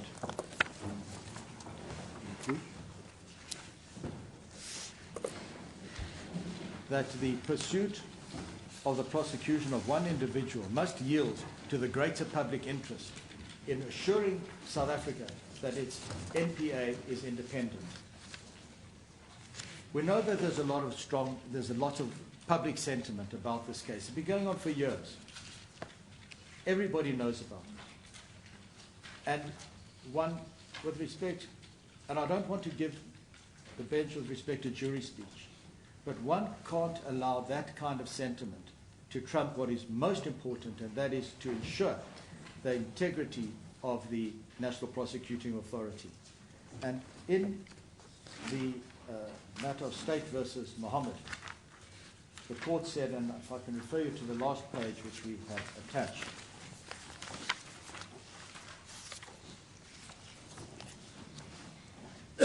at paragraph 68, South Africa is a young democracy still finding its way to full compliance with the values and ideals enshrined in the Constitution.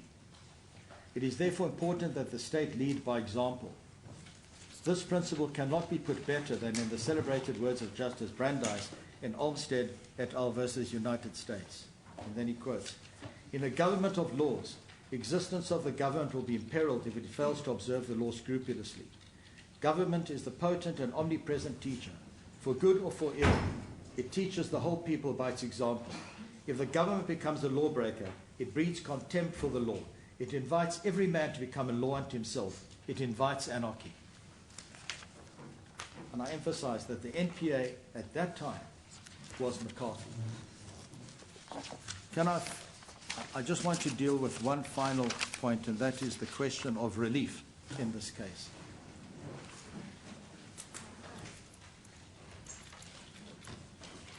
If I can ask the court to refer to the founding affidavit and the notice of motion.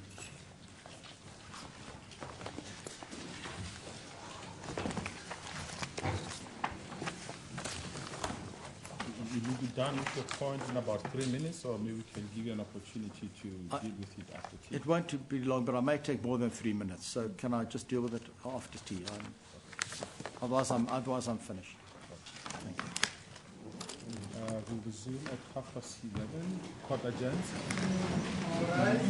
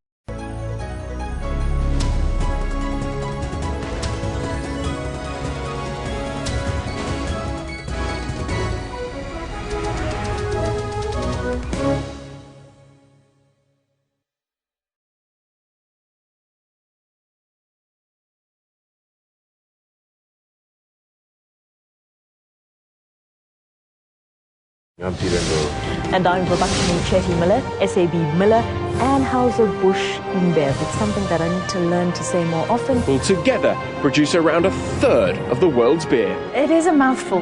Have you ever considered skin bleaching? Nigeria tops the list of African countries with 77% of its women bleaching their skin. Now I can see that it is not good because it affects my face and some of my body parts. Thousands of Arab Israelis and Palestinians participated in a big rally. Flight MH17 was shot down by a Russian-made missile. How those chips may fall is a prediction best left to the currency of time. That's Primetime News, Africa Journal, and Your World on SABC News.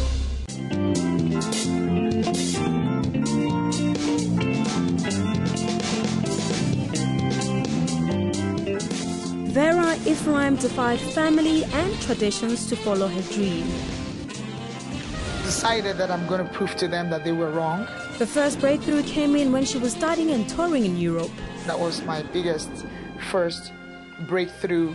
Generations was her first television debut in South Africa. It was my first gig.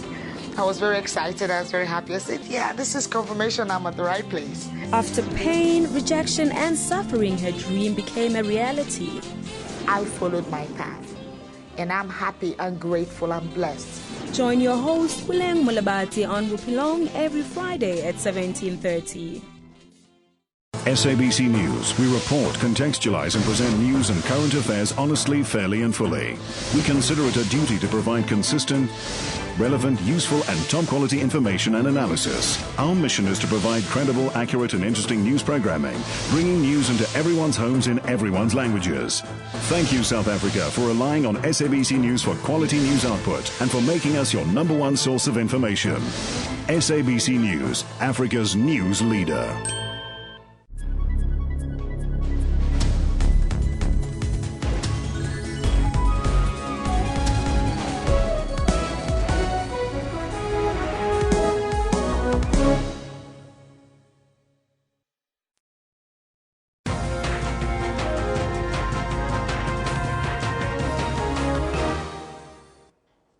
Good morning. My name is Kendall Makamat. In a short break in the court proceedings in the spy saga court proceedings out in the North Gauteng High Court gives us a chance to catch up with a little bit of the sport. On top of our stories today is Mamelodi Sundowns stretched their Absa Premiership unbeaten run to 18 matches with a 2-0 win over Tshwane rival SuperSport United at the Lucas Moripe Stadium in Atteridgeville. Now, Sundowns should have been at least a goal up early in the first half, but Leonardo Castro somehow failed to hit the target. And the play was suspended just before the break because of lightning. Then action resumed later and the hosts opened the scoring through Mbekile.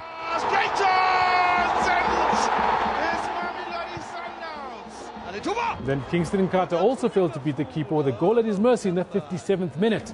But then Billiard put the results beyond doubt on 75 minutes.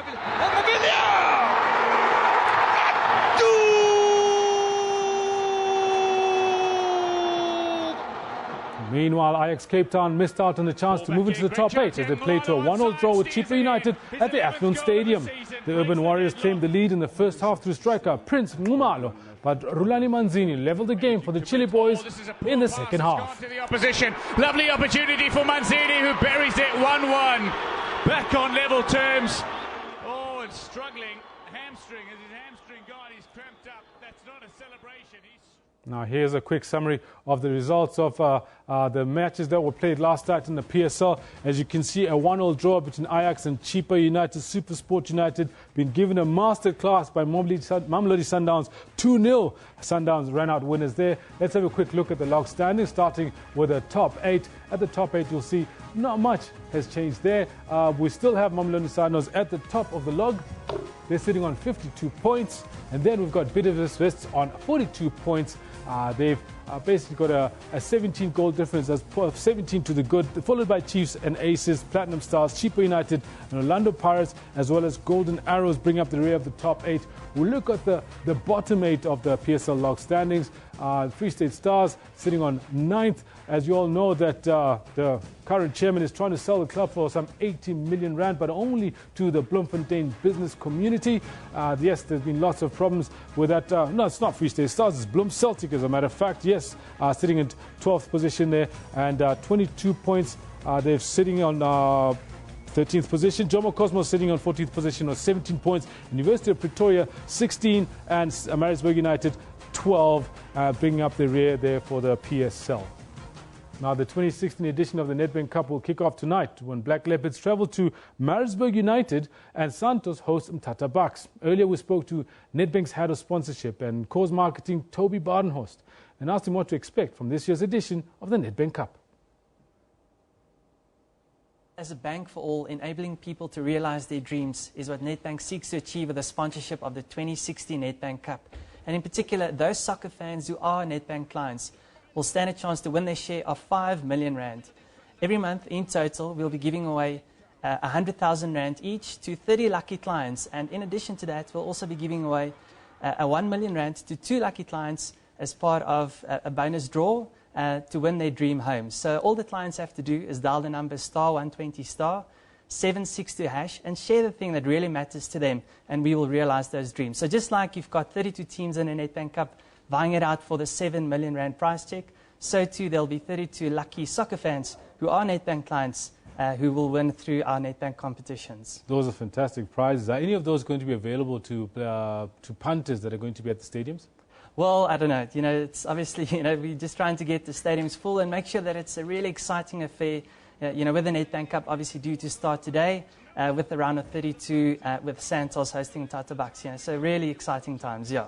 And at the matches themselves, I mean, I know there are quite a few things you've got planned, especially for this coming weekend when we've got the derby. And it's the first time, isn't it, that both Orlando Pirates and Kaizer Chiefs are drawn in the first round of a cup competition. Well, yeah, it's the first time since Nedbank's sponsorship of the Nedbank Cup in 2008, this being the 9th edition, that we've ever had Orlando Pirates against Kaizer Chiefs in any of the rounds. And lo and behold, that happened to be in the very first round, you know. So I suppose you'll have people for and against it, but I think it's a great way to start this year's Nedbank Cup campaign on a high note. And I'm sure, you know, the stadium is going to be packed on Saturday. What does that do for the rest of the competition? Because one of the big guns gets knocked out right in the first round. Are you not worried that you might have a slight drop in ticket sales going forward? Not really. I mean, you know, there's also, I mean, if you had to ask the same question to all of the smaller teams in the competition, and that's what makes the Nedbank Cup unique, is the fact that it includes the amateur teams from the SAFA and NFT ranks. So in a way, I suppose, you know, it does open up the door for them. You know, whereby one of the giants of South African football will be knocked out early. And in doing so, it gives a great opportunity for one of those lower teams to go out there and to make a name for themselves.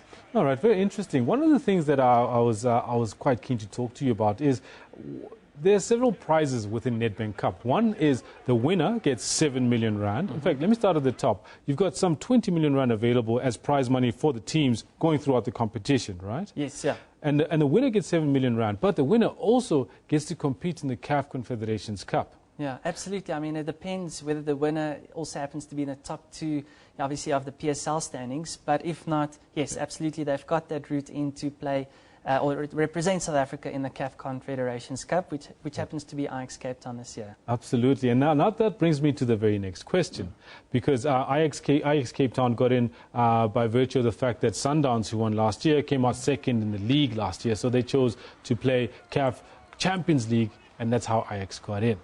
With that said, Ajax didn't do very well. In fact, they got knocked out already, lost at home to Sagrada Esperança.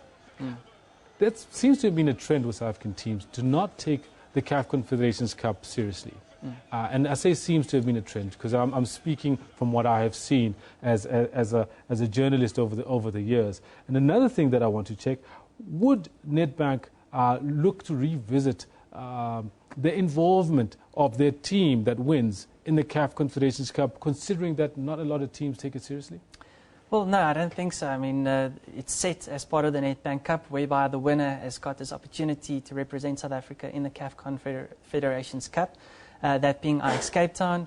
So from a Nedbank perspective, it's all about providing that platform for this team. You know, whether or not they're taking it seriously is up to the team, but if I can talk from a general soccer enthusiast point of view, you know, to the benefit of South African football, it would be great, though, you know, if the teams do take it seriously, you know, to get us into SAFA's vision of being in the top 3 in Africa.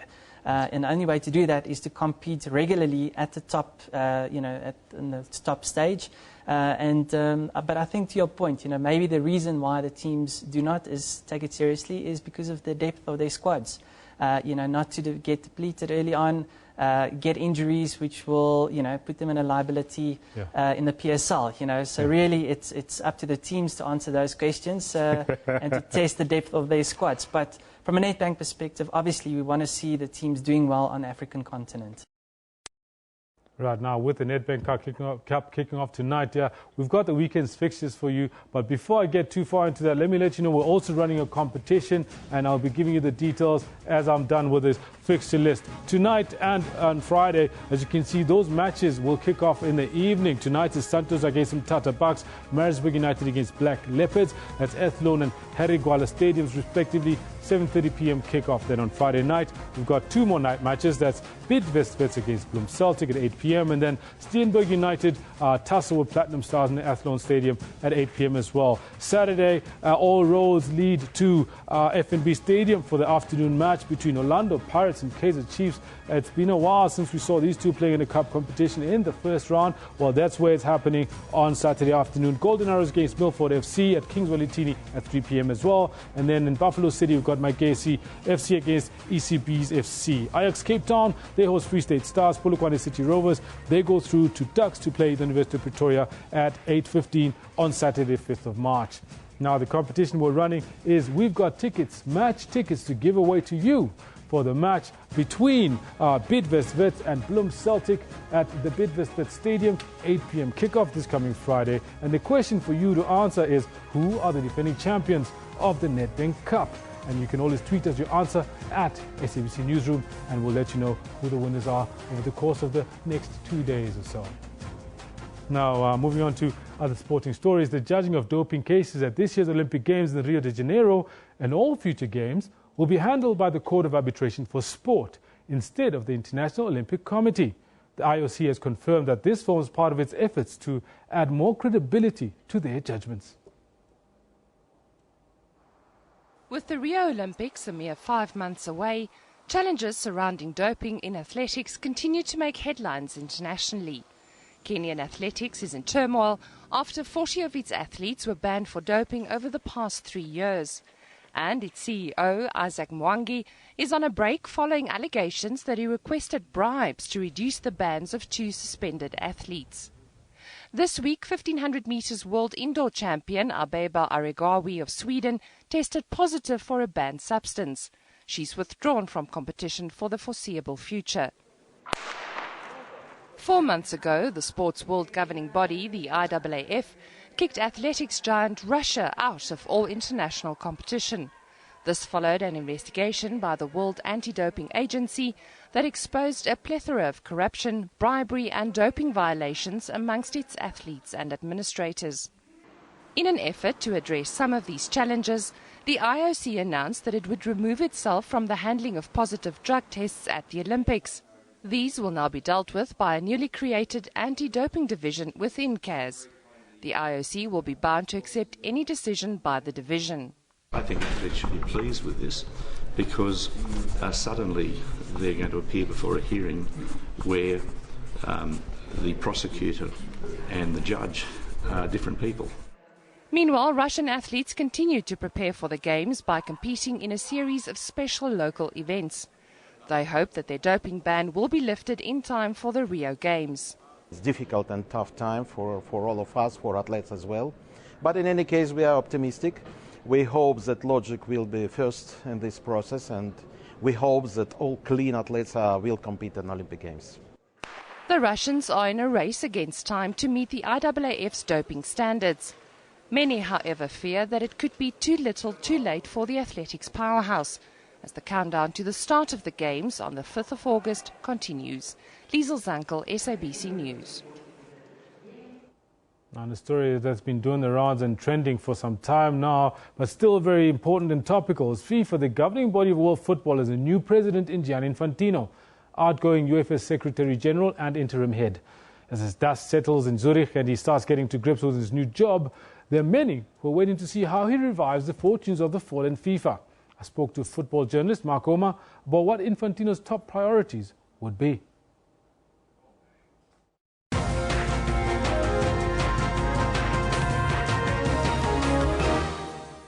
We are only disappointed our candidate didn't go through, but that's democracy, and that is football. You see, you can go and win, you may sometimes not win.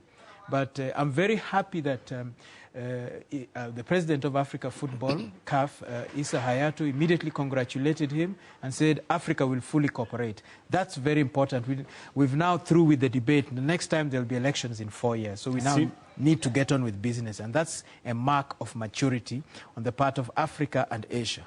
Yes, because even the Sheikh of Bahrain came through to congratulate him and give him his support. And so next time when we win, we expect them to follow our example. Absolutely. What is the first order of business for Gianni Infantino? Look, the first priority of the new FIFA president is the financial state. FIFA is in a financial crisis. Leave alone the credibility issue. First and foremost is the financial crisis.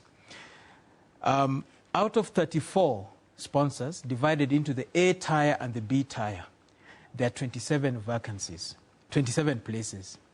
Of the high-profile ones, they lost Emirates, they lost Sony, they lost the junk food specialists, McDonald's. Gazprom came in, and that was Russia's tactic to safeguard the 2018. It's also a double-edged sword because England and a few other countries wanted the World Cup taken away from Russia. If they do that, I doubt whether Gazprom will remain there.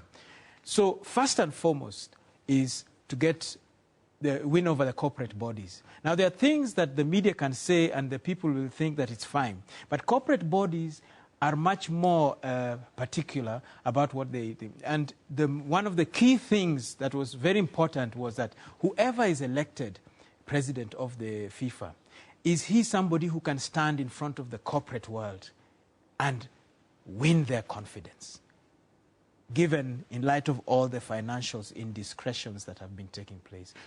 Most recently, we heard that there's some 800 billion rands as capital outlay required from FIFA to make sure Russia 2018 happens as it should.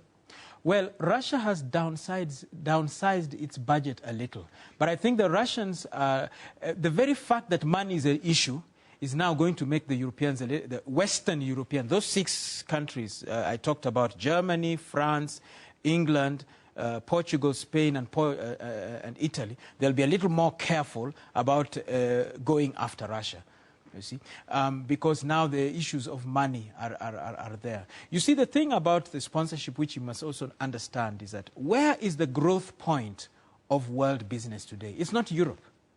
It's in the East. It's China. It's South Korea. Again, within this Africa-Asia solidarity thing. So they have to go and convince them that we're not going to play bad games. Because remember, one of the things that puts a European FIFA head in a difficult situation is that all the financial indiscretions that were going on in Europe. These people would take their money to tax havens in places like Liechtenstein, where they could do what they and they kept quiet. The financial intelligence watchdogs were there, Interpol, Scotland Yard, all these law enforcement bodies, but they kept quiet. It's only after President Obama came to office in 2009 that the U.S. Department of State dwelt into this matter through CONCACAF, whose headquarters are in New York. So the issue of credibility of the Europeans is very, very important. Yes. And that's the first order of business he has to attend to.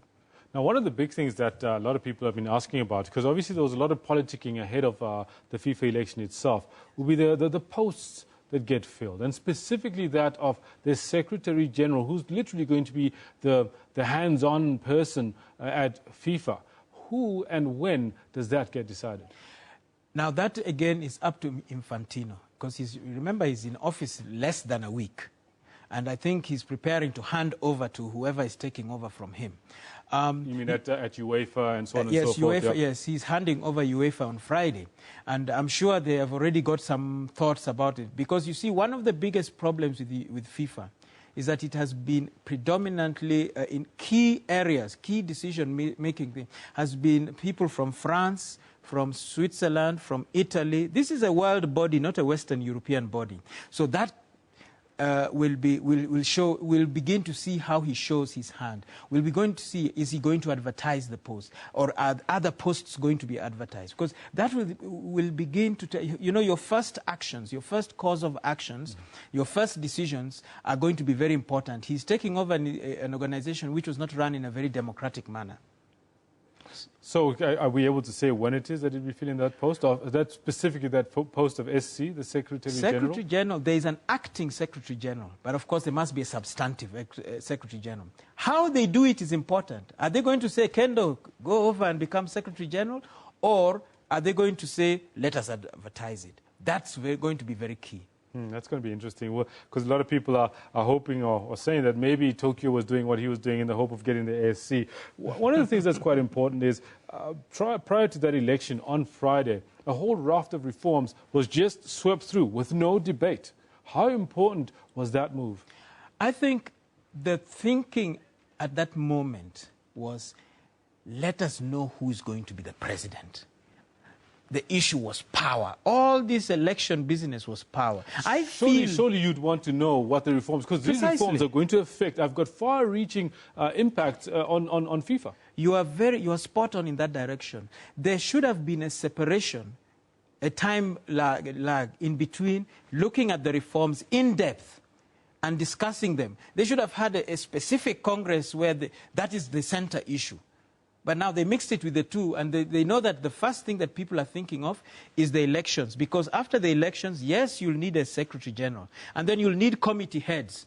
So one of the issues is that Infantino comes in, but he has to have an army of people heading different committees, etc., and we know what happens. When somebody is elected, the first people they'll look to are those who supported them, you see, during the things. So sometimes some of the decisions are driven by what is in it for me. In other words, if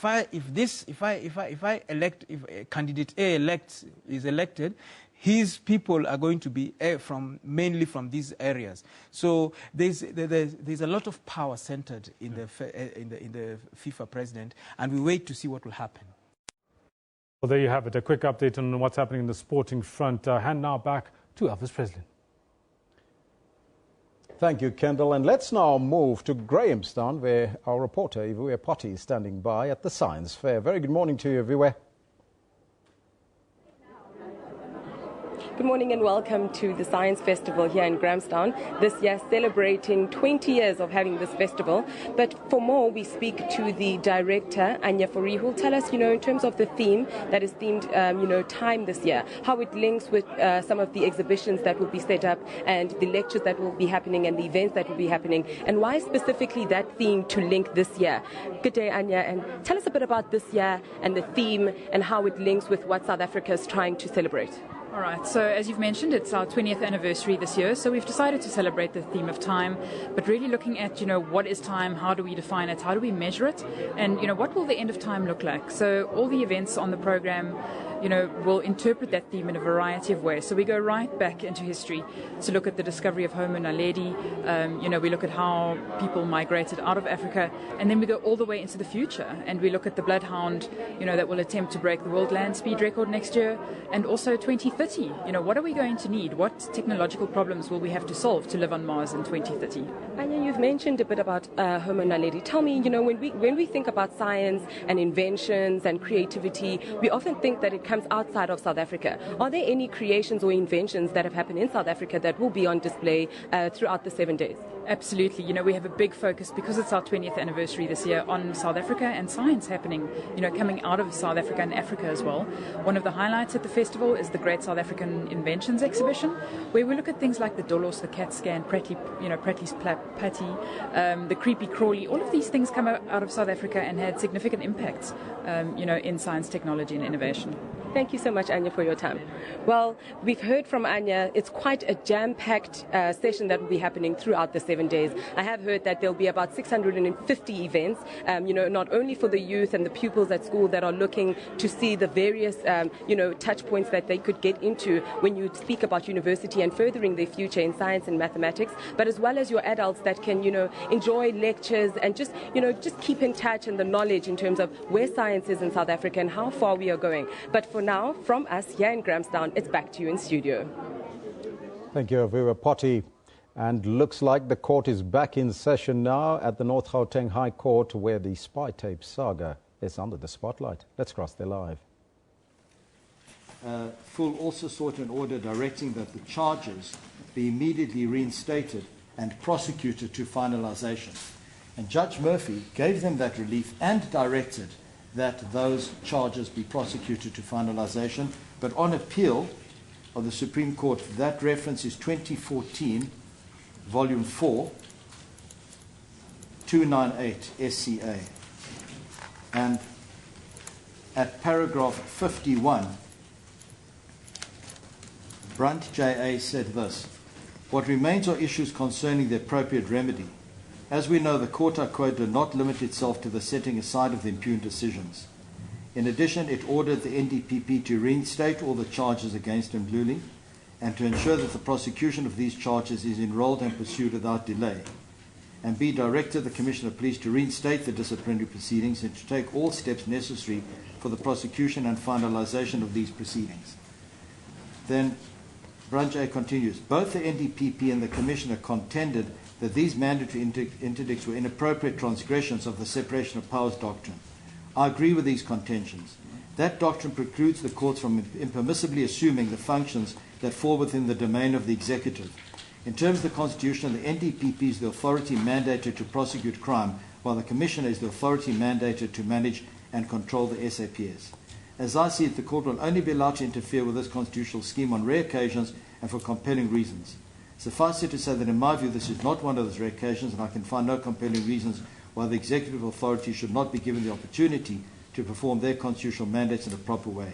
The setting aside of the withdrawal of the criminal charges and the disciplinary proceedings has the effect that the charge and the proceedings are automatically reinstated, and it is for the executive authorities to deal with them. The court below went too far. So in that case, they asked for the withdrawal to be set aside. In this case, they're not asking for that. They're asking for the decision to be set aside. Well, then we needn't deal with the withdrawal and then the reinstatement. So if you give them the relief, my lady, then all that happens is it will have to go back to the NPA to reconsider. The charges won't automatically be reinstated. That's the only point I'm making. To reconsider what? To reconsider whether to proceed or not proceed. Has that decision In other words, you will have found, my Lord, I'm sorry to interrupt, you will have found, if I'm unsuccessful, that the decision was irrational, and then that decision will be set aside, and then the decision have to be reconsidered by the present NDPP. But the charges won't automatically be reinstated. It's not what they've asked for. The prayer in the notice of motion says review, correct. And this court will decide as to how is it going to correct this whole issue if it grants an order in favor of the applicant. But now you submit that there's no prayer that the withdrawal should be set aside. Yeah. Am I with you? That is so. But the withdrawal of the charges was as a result of the decision of Mr. Msia. Yes. Now, if that decision is set aside, would the withdrawal still be valid? Yes, it will be. The withdrawal is still valid. It's only the decision that's set aside. They haven't asked you to set aside the withdrawal. It must go back for reconsideration by the new NDPP. And I would, with respect, alert the court to what I think maybe it will be the decision of the NDPP to make, because if the decision is set aside, the NDPP would decide whether the withdrawal is not an acquittal. We all know that. Yeah. Yeah, but if we set aside the decision, then it have to be the NDPP will decide what we will do. With respect, that is so, my Lord. Thank you.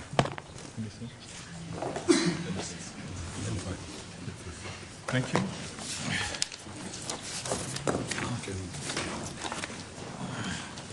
Mr. Kemp, are you ready? Thank you. My Lord and Lady, may I commence to refer you and to quote you just parts of 2 paragraphs of a case of State versus Lamini. It's a 1999 Ford SA 623 Constitutional Court judgment. In the judgment at page 93, Justice Kriegler says, choices often have to be faced by people living in open and democratic societies. Indeed, the right to make one's own choice is an indispensable quality of freedom, and often such choices are hard. Litigation in general, and defending a criminal charge in particular, can present a minefield of hard choices. Then he explains this by way of example. I would want you to consider that Mr. Maché in this matter had a hard decision to make, And I also wish, because it seems to me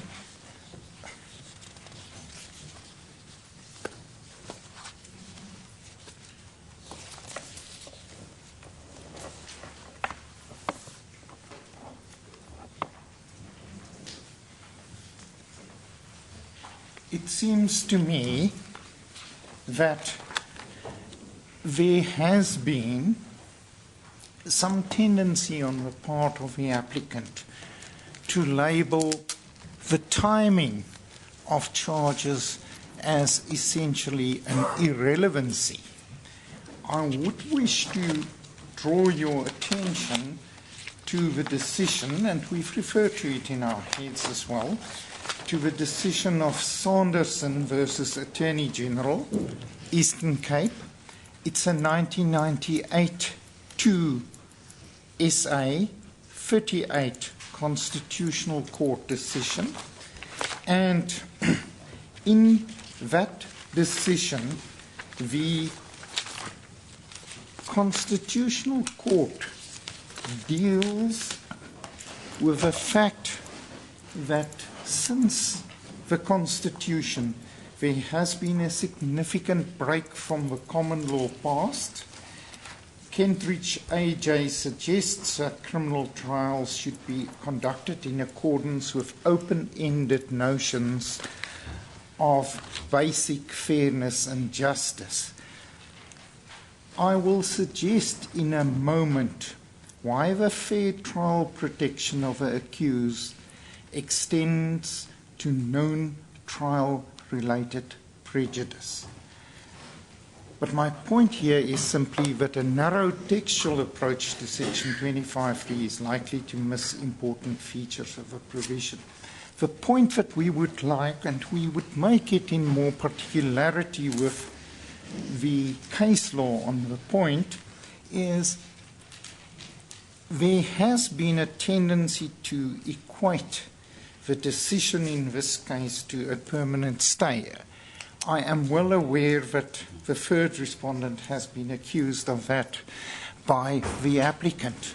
For reasons that will become apparent later, that is not what we have done, and that is not what we're asking you to do.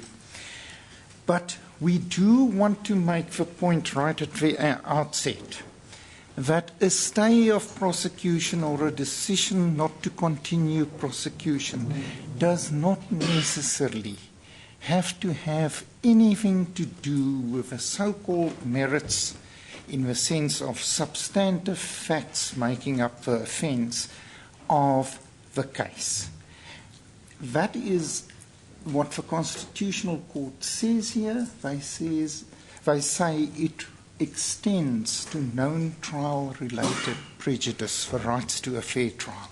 And that must be so for a variety of reasons. But we say, if you are looking for basic authority with the contention that a permanent stay or the exercise of a discretion can only be where there is an impacting on trial-related rights of the accused, that is simply wrong as a starting point in our jurisprudence. In this case as well, the court refers to inter alia the effect of charging a person and him becoming the accused, and the negative effects and penalties and prejudice that results simply by virtue of being an accused. These forms of prejudice are unavoidable and unintended byproducts of a system, the court says. It should really only be visited on the convicted. And the court reminds us of the past, and it talks about vague statutory crimes which gave the state sweeping scope to investigate, charge, and prosecute opponents of a governing party. And one may well add in this instance, opponents of certain factions in the government and governing party. We say, my lords and lady, that it is simply even wrong to suggest that any timing of the bringing of charges is a trifling matter. It is not. It is in itself not. But in this case, we will deal with why it is in particular not a trifling matter in this case. If I may then start off by putting a certain proposition about applications, which I am certain you are well aware of, and what I wish to draw to your attention really is what has come up in argument. The DA, the applicant, contends that no, they have a different interpretation of what the recordings may mean or do not mean. It is not an exercise of interpretation. My learned friend, Mr. Epstein, has referred to it, but it's not a matter of assumption either. It's a matter of inference. And it's only if the national director had drawn irrational and unreasonable inferences that you can say that the factual matrix in which he made the decision flaws his decision. It is not with respect for the court in a situation like this to say, but we think the tapes mean that, unless you find that what the national director understood them to mean is wholly irrational and cannot be a reasonable interpretation thereof. And in that regard, if I can just make the submission to you, the fact that the persons in the National Prosecution Authority were better equipped than the court to draw the inferences from the recordings is also a factor that I respectfully ask you to consider. That knowledge that they had of the persons involved, how they speak, etc., is part of the inferential material that was available to them. Now, in these papers, the National Prosecution Authority has spelled out its version. That version accords with the record. The third respondent confirms it in several respects, and the documents bear it out. This application must be determined on the respondent's version. If the applicant did not want that, it had to ask for oral evidence or to cross-examine somebody, etc. But apart from that, and my lords and ladies, I know the hard way because I learned it in NDPP versus Zuma that is exactly how an application is approached, and we were on the receiving end of that. And in this case, you have a respondent's version. That is the version on which I am going to address you, and I make the submission to you that you're not free to choose the DA's version, even if you think it's more probable. That is not how disputes, insofar as there are disputes, are resolved in application proceedings. The NPA's version is not incredible, it's not irrational, and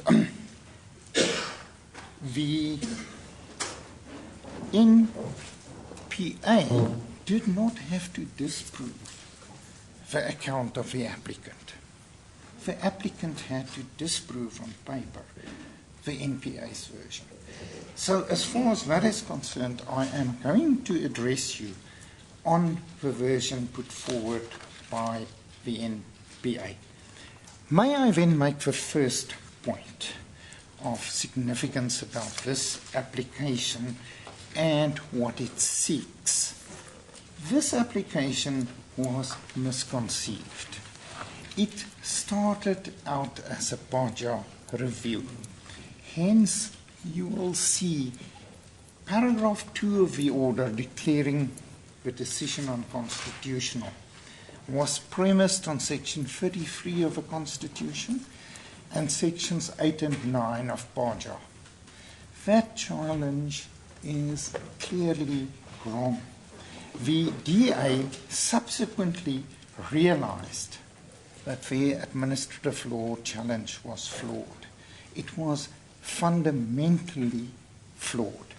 And may I, my learned friend has drawn your attention to the decision, and we've also referred to it. In the case my learned friend referred to, freedom under law, if you, he's given you the citation, it is 2014-1. I'm sorry, I'm looking at the SCA.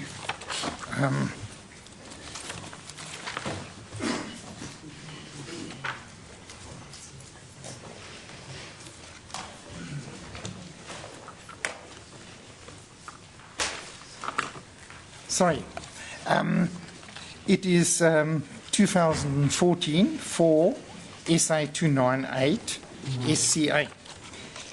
If the court looks, when you look at have a look at the decision at paragraph 19, you will see that the SCA says, with reference to this very application, which was before it in the matter between the DA and the NDPP, the 2012-3 decision of the SCA. And in that decision, Judge Nafsa said, listen, I don't know why you are trying to distinguish between a decision not to prosecute or a decision not to continue with a prosecution and a decision to prosecute. They're all the same.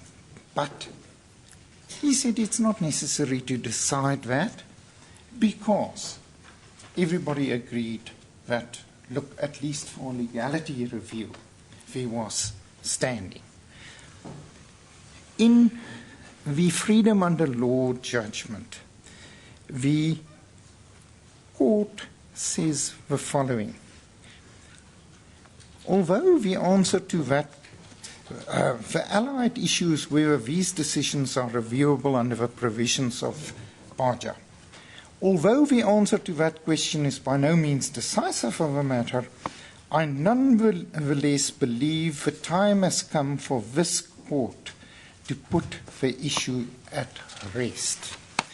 And the court then deals with the issue and it decides it that there is no PAJA review against the decision of the NDPP, whether it's a decision to discontinue prosecution, whether it's a decision not to start prosecution, whether it's a decision to prosecute, it does not matter. None of them fall under PAJA. They do not fall under PAJA. There is a limited review parameter, and that is legality, and in a case like the present, it can eventually only be irrationality. It can't be anything else. You will see that he refers, in discussing the matter, he refers to the judgment of Mr. Justice Nafsa, etc., and then he says, as I see it, that's in paragraph 26, the underlying considerations of policy can be no different with regard to decisions not to prosecute or to discontinue a prosecution. The view is supported by English authorities dealing with non-prosecution, and the court cites them. And the then says, my conclusion is that policy considerations are underlying our exclusion of a decision to prosecute from a Parja review are substantially the same as those that influenced the English courts, to limit the grounds on which they would review decisions of this kind. And he says the English courts were persuaded by the very same policy considerations to impose identical limitations on the review of decisions not to prosecute or not to proceed with a prosecution. In the present context, I can find no reason of policy, principle, or logic to distinguish between decisions of these two kinds. Against this background, I agree with the obiter dictum by NAFSA in DA versus acting in PP, that decisions to prosecute and not to prosecute are of the same genus. And although on a pure textual interpretation, the exclusion in section 1FF of Parja is limited to the former, it must be understood to incorporate the latter as well. So that makes an end to the Parja review. And in support of that review, the DA had suggested very clearly that Miché was either motivated by personal ambition and the prospect of a permanent appointment as NDPP by Zuma as no reward for the 2009 decision, or he buckled under political pressure. And it is quite interesting, my lords and ladies, to have a look at what the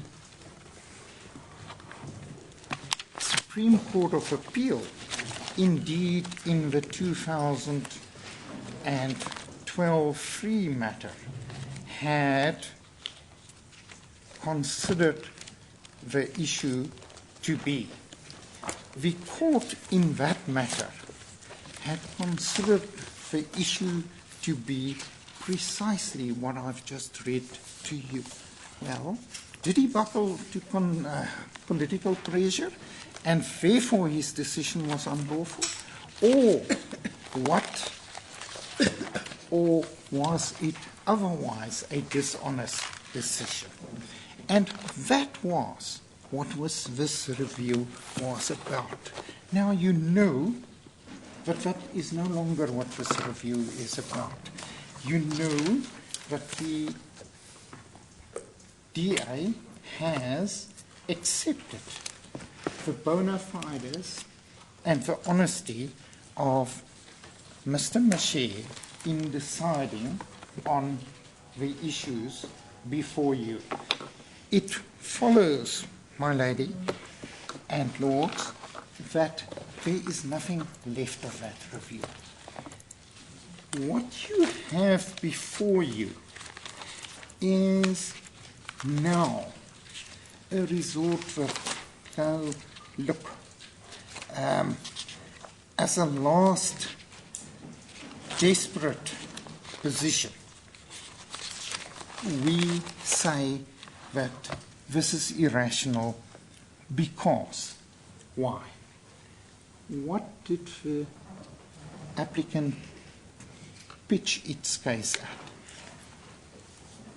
It says the NDPP did not sufficiently, or as I put it, not at all consider the strength of the case against the NDPP.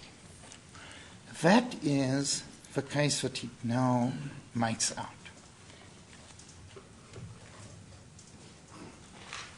My lords and ladies, I do not need to dwell on that.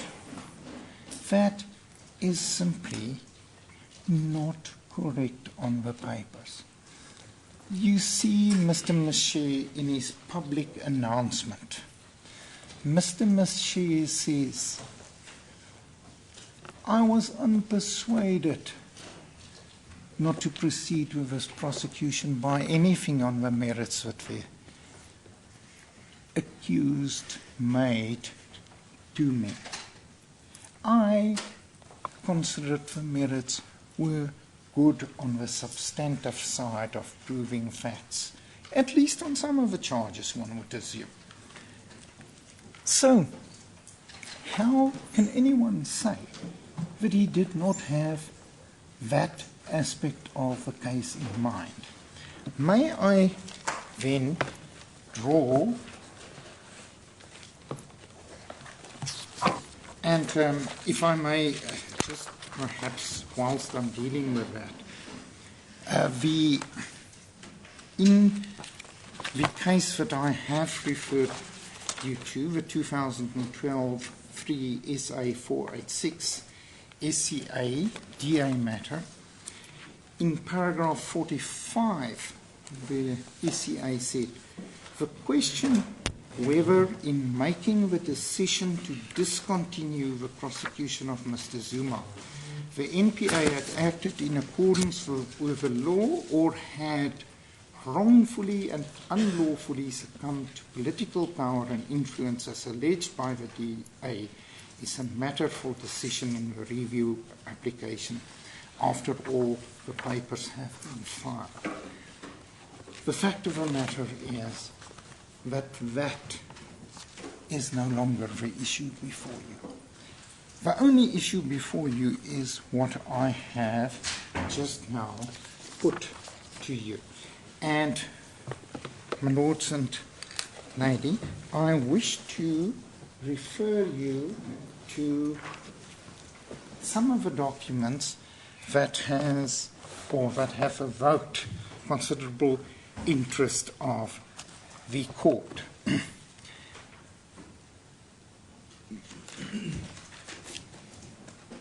If I can say to you, it seems from the record that the first response of the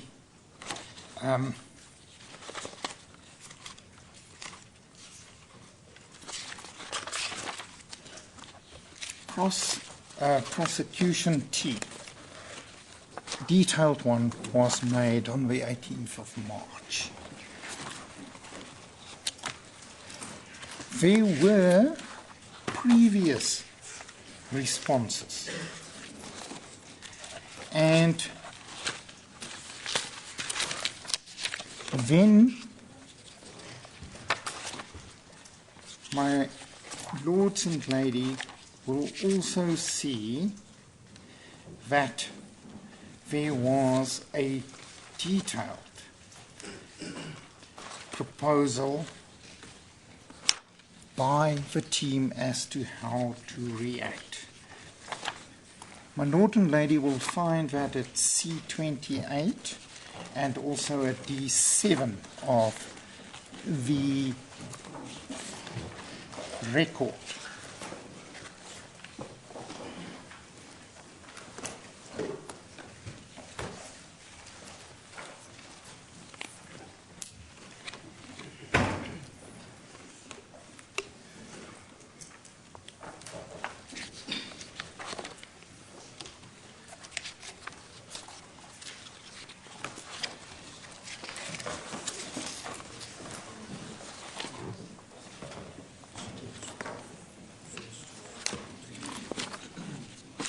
And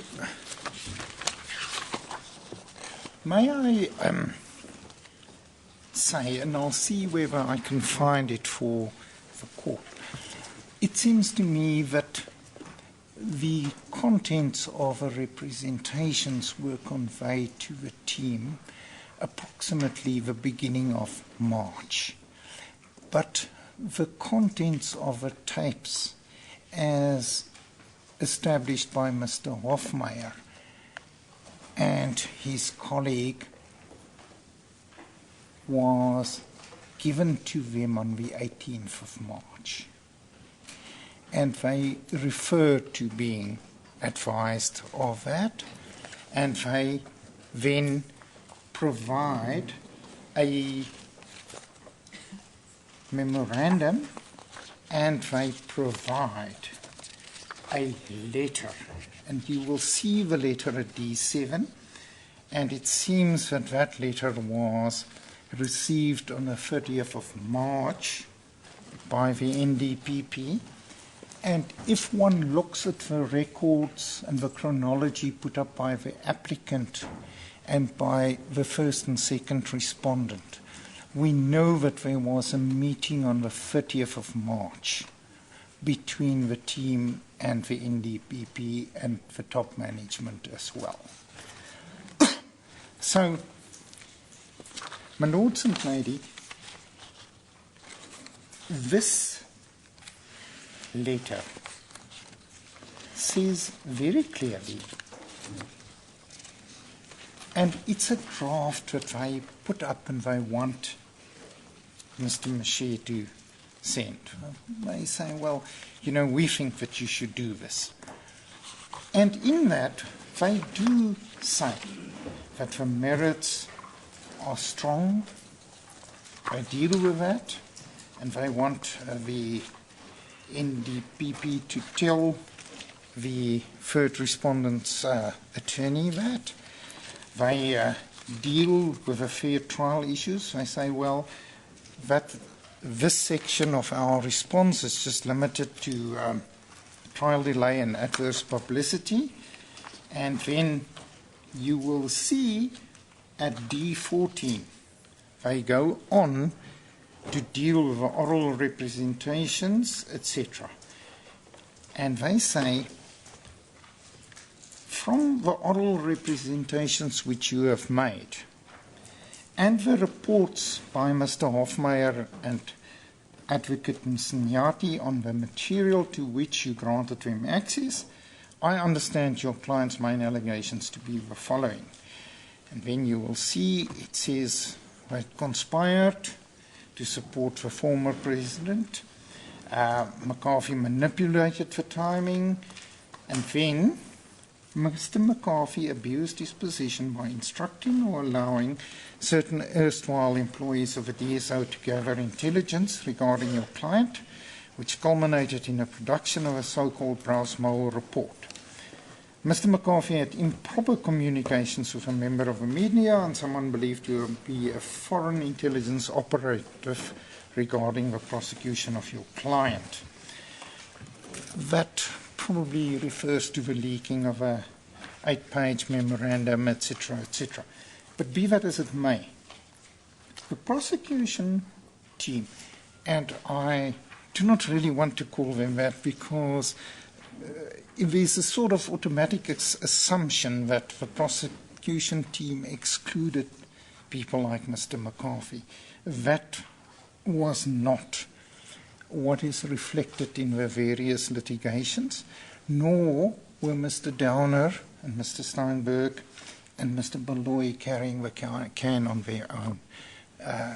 You can look at the reported cases, you can see I had counsel, other members of a team in what were criminal cases. So those people were part of a prosecution team for those purposes.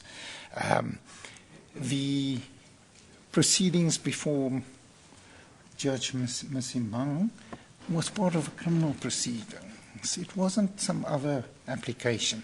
The Section 179(5) application was a separate civil application, but not that.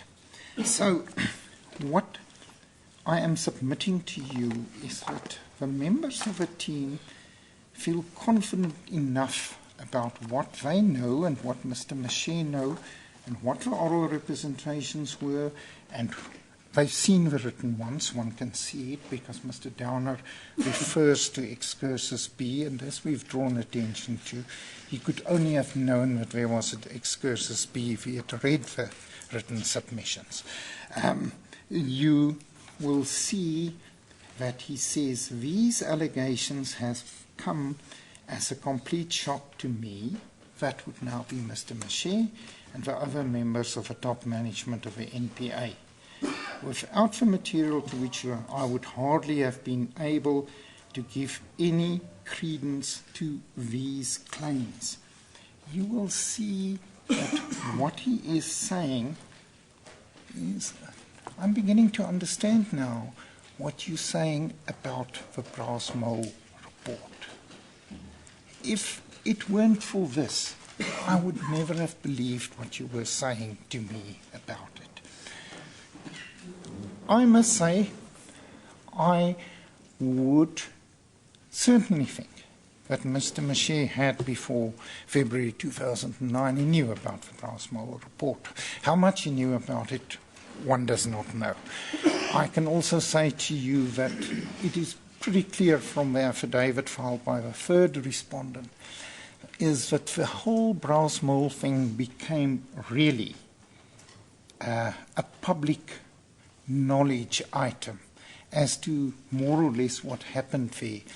When Mr. Bakoli was engaged in his battle before the Ginwala Commission and in the subsequent civil litigation, it is in there that this became more or less public knowledge and detailed knowledge about that emerged, because Mr. Bakoli was being blamed for the Brass Mole debacle.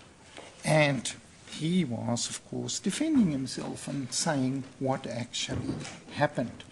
But what I'm drawing your attention to is there is no doubt that Mr. Maché has before him, and he says, I read and I considered and I valued the input from various members of the NPA, including the team. They tell him that the merits are strong.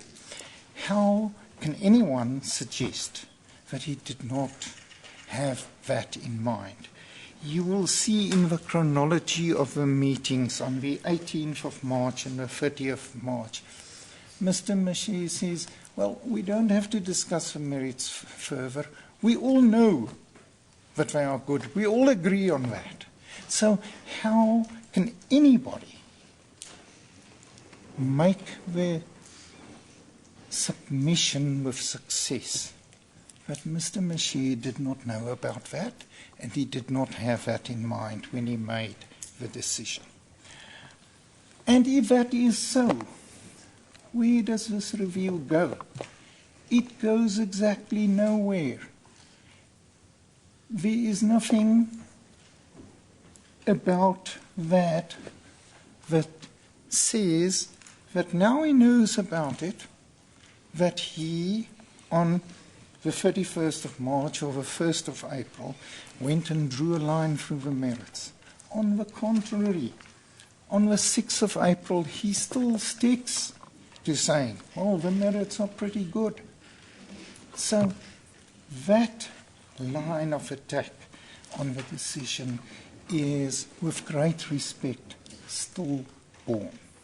It is not even something that you should give any credence to.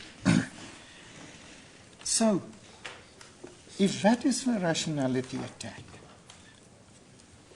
it has failed. It has failed at the outset. If you decide it has failed, it does not mean that you have said that the allegations made by the third respondent or his representations are true. It simply means that the applicant has not on the papers demonstrated the irrationality. It is not necessary for you to delve into these allegations and to find out whether they are true. Of course, the third respondent contends they are true, but it's not necessary for this decision. And you can deal with a matter very simply by saying, well, this is a rationality complaint. Mr. Maché had it in mind. He dealt with it. the team who were in the best position to advise him as to the merits did. They agreed on what the merits were. It just seems, with respect, wholly irrational to say that that is the basis of a rationality challenge, that he did not. What the DA says is something else. What the applicant says is, we don't think that he put enough weight on that consideration. But that is a different exercise. That is not a rationality exercise. That is an exercise when you ask whether the decision is reasonable, etc., etc. It is not a rationality exercise. May I then say to you that one must look at the NPA's decision in the context of the answers given by Mr. Hofmeyer and confirmed by Mr. Maché. You will also see Mr. Downer confirms the essential interference on the part of McCarthy as gathered from the materials, and his view is also that this was a very serious matter. You will see what the team says about these things in the letter. It is clear that they say that this is serious. It is not something that can be wiped under the carpet. And may I put it to the court at this level? It is an enormous affront to the criminal justice system. It is an enormous affront to civil society and the people's structures of governance. The choice of a president is of great importance in how we govern this country. In this case, what you see is the NPA with its enormous powers to indict people and to prosecute them and to use their powers in the criminal justice system as to when they do that. These powers are now blatantly used to try and decisively influence the outcome of the presidential election process. We say to you, that is an enormously serious thing. It is not whether there is a delay of 7 days in the issuing of the charges. That is not what this is about. This is about why were the powers used in that way. And it was used in that way to try and inflict a very significant event upon the people of this country. There is no other way of looking at it. If you just take, for example, if someone who had to decide on when to arrest the president at that stage, and they knew that there were riotous conditions likely in a certain jail, and they arrest him so that it coincides with the information that there's going to be a riot in that prison, and let's put him there and let's hope for the best. If that gets found out, whether he is killed in the riot or not, it will be an enormous misstep. It will be an enormous abuse of the NPA's powers. The fact that it didn't work out in this case, like the persons involved in this plan, matters not. It does not matter. It cannot be that if I stood before you today, and as a result of this strategy, Mr. Zuma, who would then not be the president, lost at Polokwane as a result of this strategy, that you would say to me, but it was insignificant. It was just a matter of timing. And what does it really matter whether he gets the indictment a week early or a week late? That is not what this case is about. It is not what Mr. Mashi's decision is about. His decision is about the enormity of what you were trying to achieve by perhaps a very simple step, and a step that in itself isn't so significant maybe in the grand scheme of things in this prosecution. But it was enormously significant for some other reason. And, my lords and lady, if the DA is right that, because it didn't happen that way, it is nothing, then we deserve to be told that, so that the people will know that nothing really happens if somebody in the NPA does something like this. And may I come to the decision of Mr. Mashi? And yeah. Before you go to the decision of Mr. Mashi, on the basis of the communication between Mr. McCarthy and Mr. Nguka, they are assuming that everything is correct and was obtained legally. Was their aim not to that the service of the charge sheet should have an impact as far as the election is concerned? Well, and that had nothing to do with the charges themselves.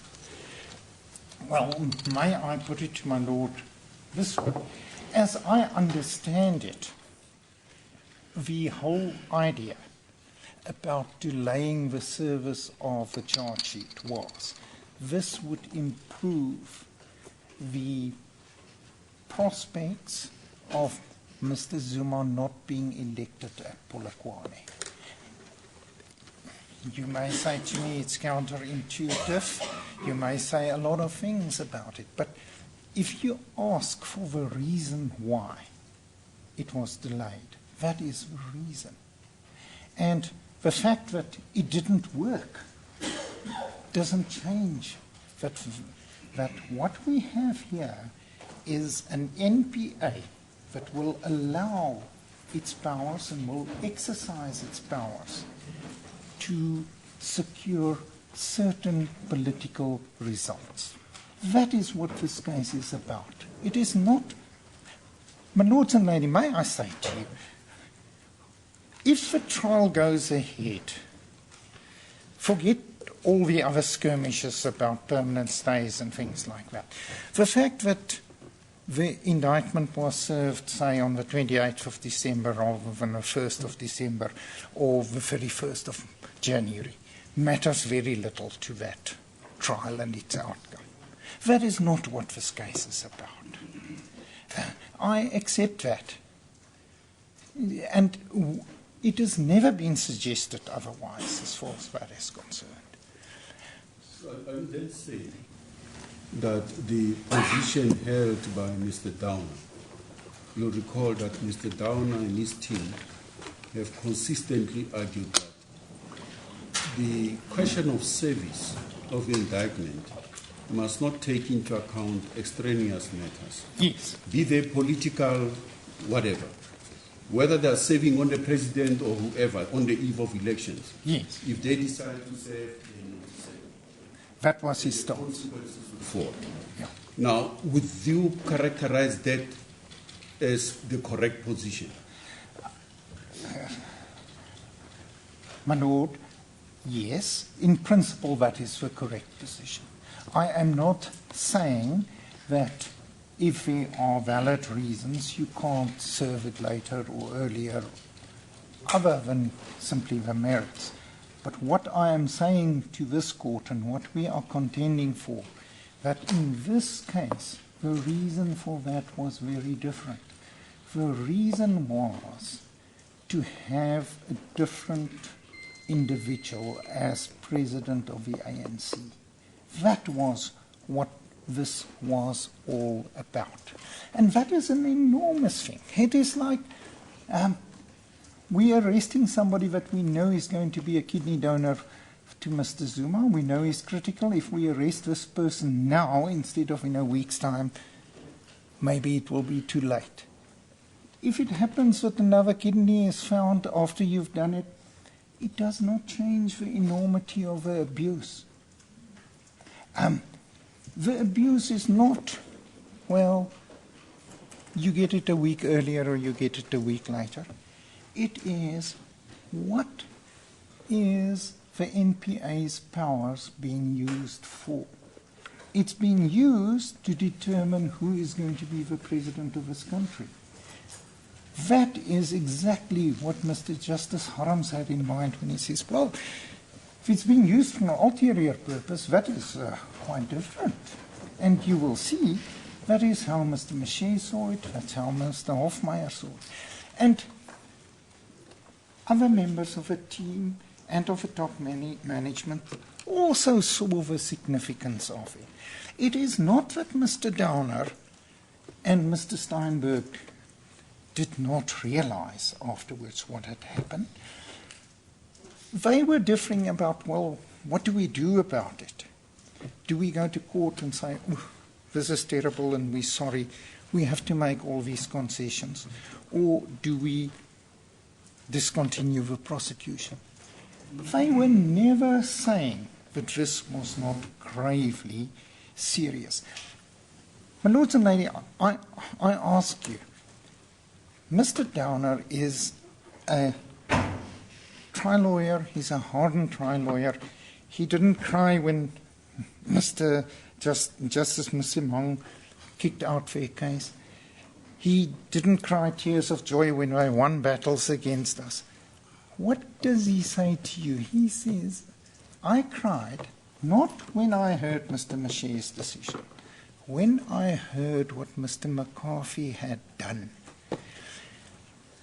Mr. Steinberg refers to this as Mr. McCarthy's Machiavellian reasons. Both of them understand what is going on. Mr. Hofmeyer understands, Mr. Maché understands what is going on and what this is all about. This is about using the NPA's powers to have a certain political structure in this country. How can that ever be lawful? How can that ever not be gross and grave? And if one looks at Mr. Maché's announcement, he is talking about that. He's not talking about the fact that the indictment was served a week later. He says, I'm standing up before you and I'm telling you about this and I make this decision so that these things never happen again in the NPA. He's not talking about an indictment being served a week early or a week late. If you read that announcement like that, it is because you do not want to read it in a sensible sense and meaning that it actually does convey. What is Mr. Moshe saying? He is saying, well, in this case, there were outside people, and no one has ever tried to explain why Mr. McCarthy was discussing all this with Mr. Nuka, which we know from the context of this litigation is a fairly sworn enemy of the President. Why is he discussing these things with him? Why is he discussing the case with him? Why is he giving him an 8-page summary of all the good points in the Section 1795 litigation that is pending and in the warrants? He gave him the 8-page summary in connection to the warrants appeal. Why? And if you look at it, what Mr. Moshe is doing and saying is actually something very laudable. And it's a clear message to the government and to the President and to every other president.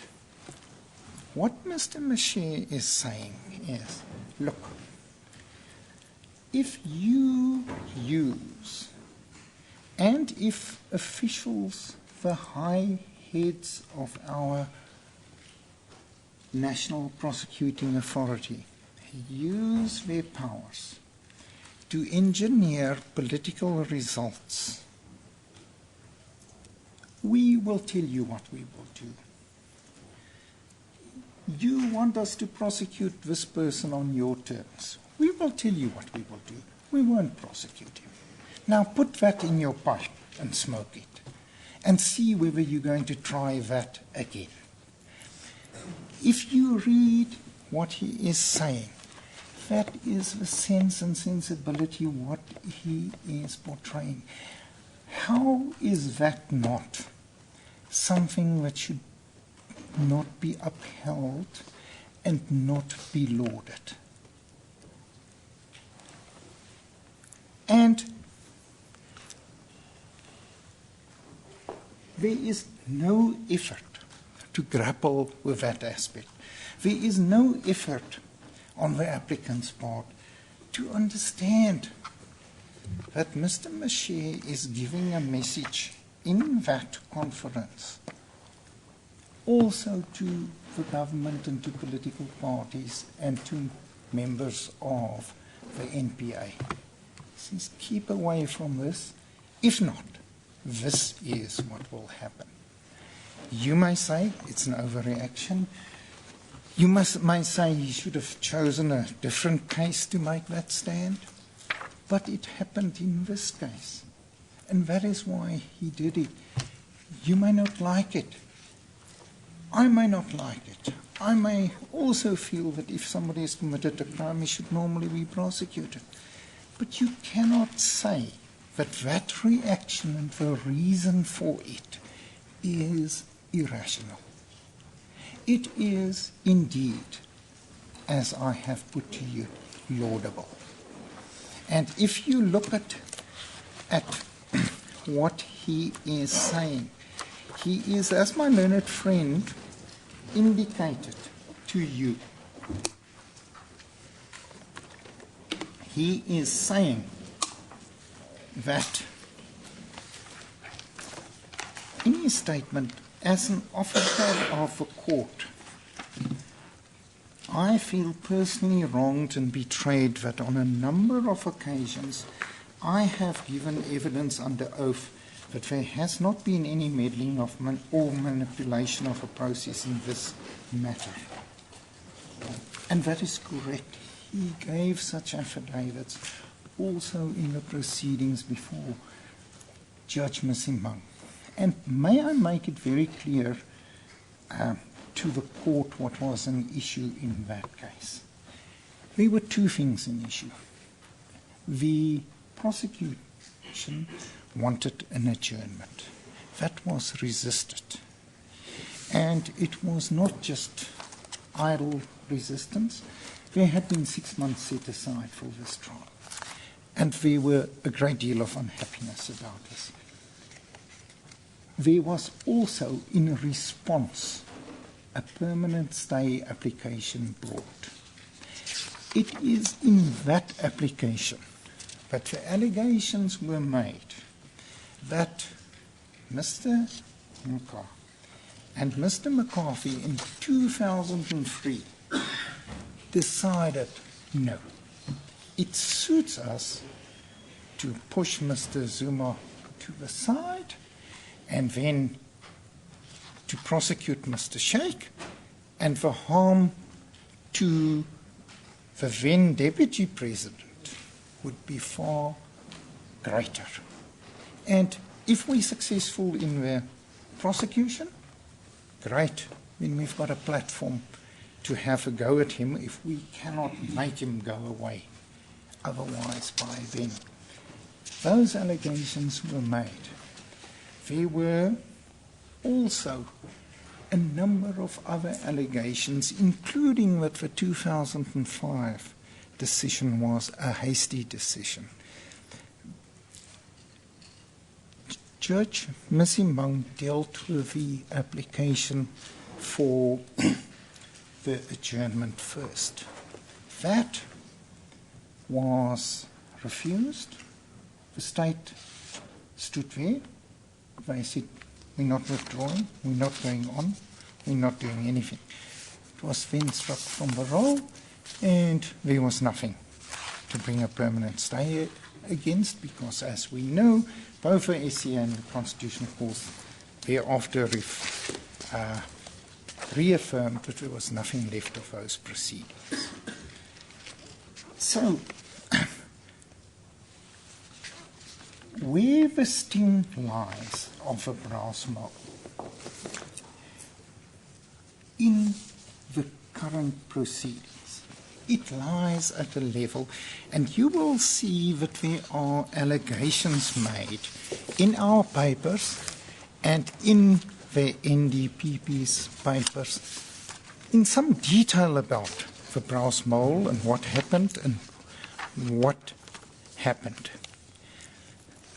The real sting in the allegations was Mr. McCarthy, in August of 2006, deposed to an affidavit which we have quoted both in our heads and in the papers, in which he said that the NPA had observed the higher standards of ethics, lawfulness, propriety in investigating the matter against Mr. Zuma and in prosecuting him.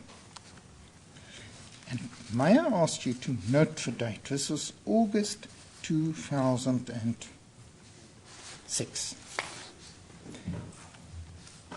At that stage, as we later know and as we've set out, at that stage, Mr. McCarthy is still busy with a brass mold investigation. He knows by now, and may I say to my lords and my lady, you will find no mention of it in those papers because nobody knew about the brass mold thing. And I have asked to check. You will even, before Mr. Justice Nicholson, I don't think there was any reference to the brass mold issue. It is something that became acutely known later. What you will find is at that stage when he makes that affidavit, and this is now an affidavit to persuade the court to reject the permanent stay application. So it's an important document. He makes those allegations. He is busy continuing with the brass mold. We learn 2 years, year and a half later, that actually Mr. Pakoli had told him, look, this is illegal, you must stop it. He did not stop it. What we complain about.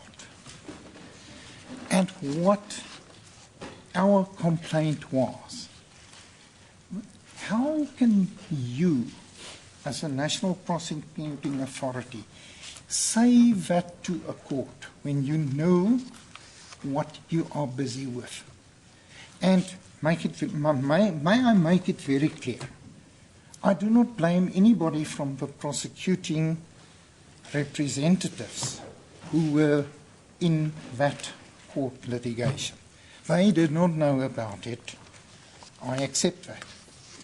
But Mr. McCarthy knew about it. He was the one doing it. And he was the one who made that main affidavit. And it was him that Mr. Mashir was supporting. And when he complains and says, I feel wronged and betrayed because I gave evidence on oath that there was nothing wrong with this, I can't ever do that again.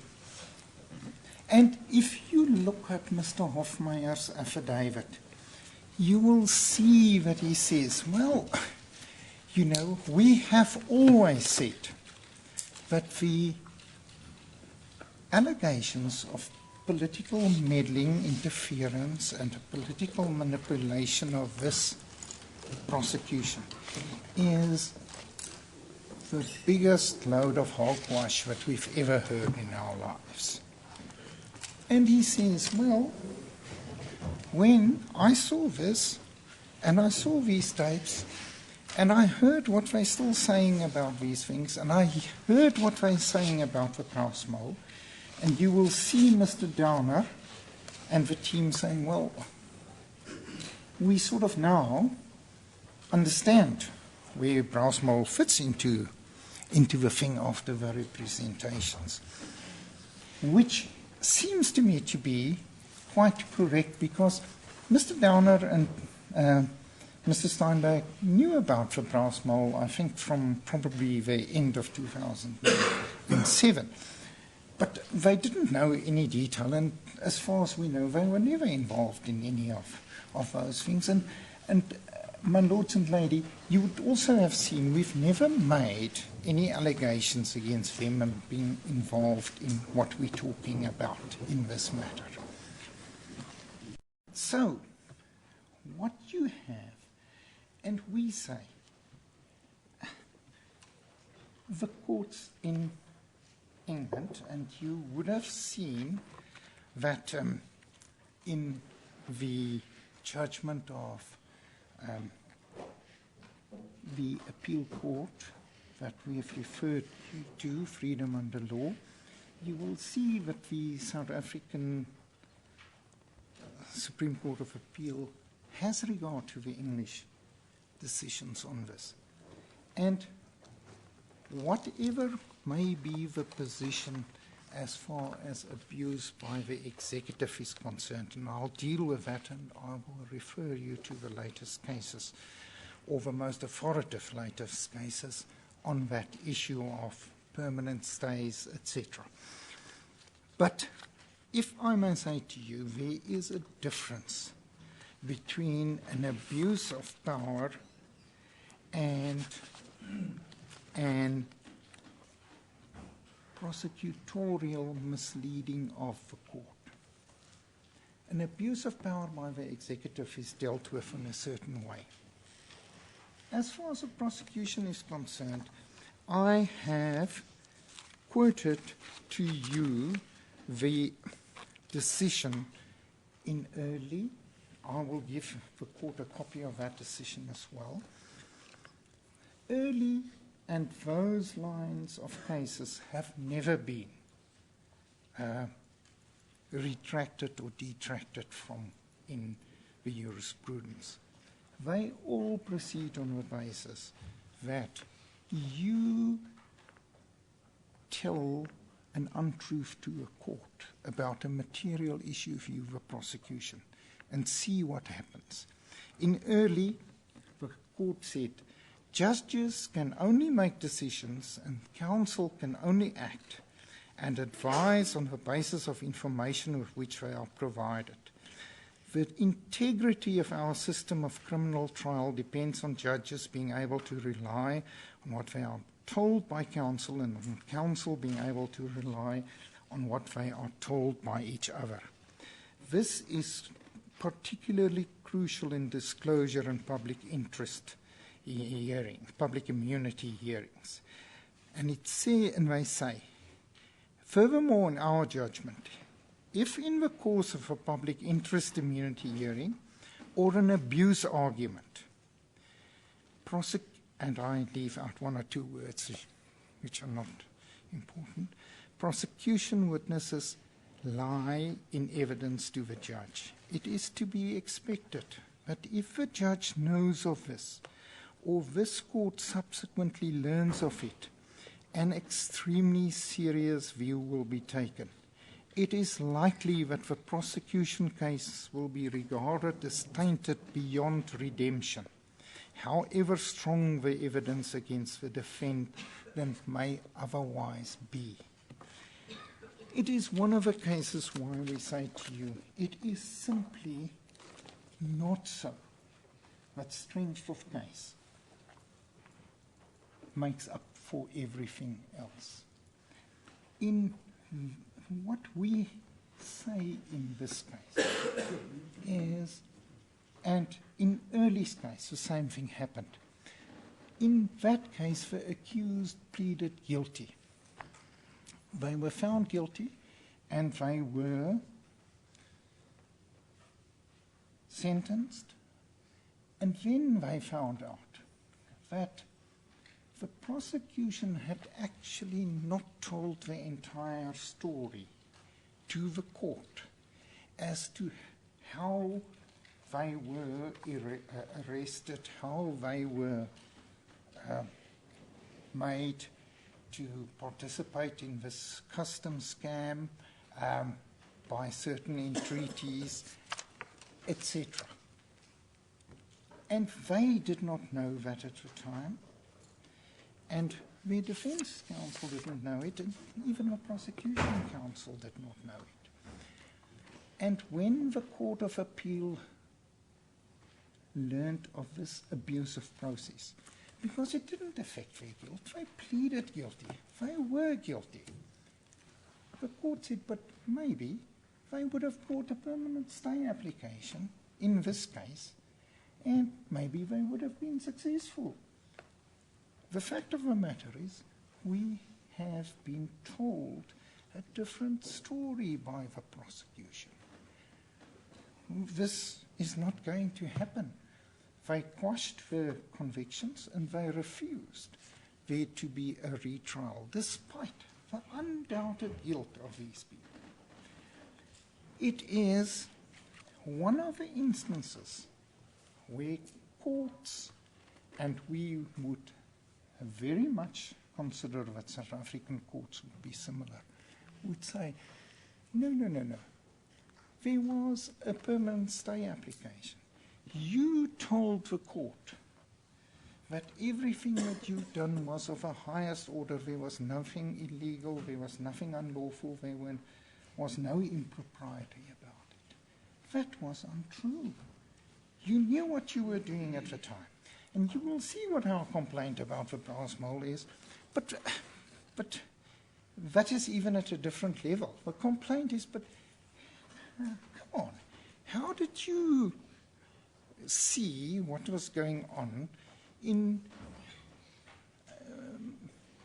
the then Mr. Zuma's, who was then the deputy president, in his attorney's bank account? How did you manage that, Mr. McCarthy?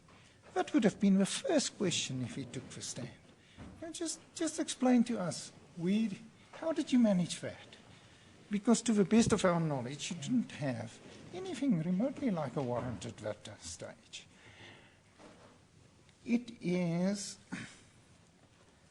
a fundamental principle that you do not mislead the court on such issues. Yeah, Mr. Kim, I understand the submissions that you are making, but on the facts and circumstances of this case, can you just explain to me, as my colleague said, What was the magic about the 1st of April? About the 1st? The 1st of April 2009. Mr. Mche was told about the contents of the cassette, and he stated that a decision should be made by the 1st of April. And that decision was made on the 1st of April. Doesn't this affect or has an effect on the rationality of the decision that he took on that day? Why was he in a hurry that the decision should be on the 1st of April? Well, my lord, as Defence Counsel, I would say to you, well, if representations were made to him not to continue with the charges, there was a certain timetable in the case. There had to be a permanent stay application that had to be prepared and so on. And it had not yet been prepared. Sorry? The permanent stay application, the papers, have they been served on the... No. Not yet? No. Yes? That is one of the reasons why I would submit to you the defence wanted an answer on their representations, because if they were rejected, then that application had to be completed and put before the court, and it would have been a massive thing.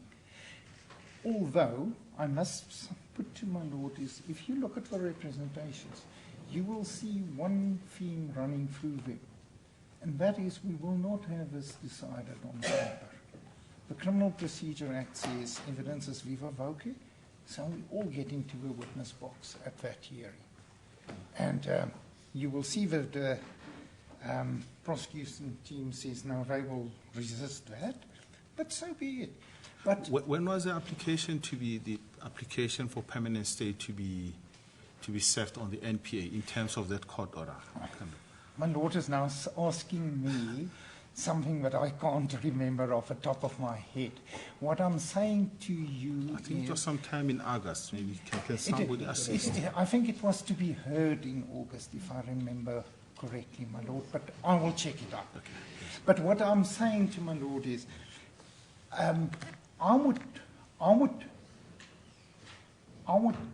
think that the defence and from Mr. Zuma's side, there would probably be also an urgency about, look, I'm going to be inaugurated as a president in a couple of months. We have to know where I stand, if the case goes ahead or not.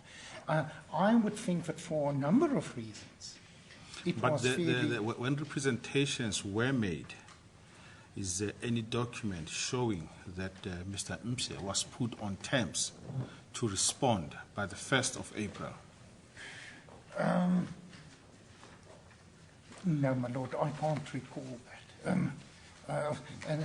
And sorry, I'm saying to you something that's not on the papers. I think maybe I'll give you more time just to check your papers, as it's almost one. No, I don't think it's on the paper, certainly. I'm simply saying to you, because that's probably the worst answer that I can give you, but as far as I know, he wasn't put on terms during the representations. But may I say to you, they were urgent. But whether the date had to be the 1st of April, or the 10th of April, or the 15th of April, or the 30th of March, I don't think that was But really... the date was specifically put to the team that it must be by the 1st. I think maybe this will be an appropriate time to adjourn, and we'll continue after that. May well be so. Court adjourns.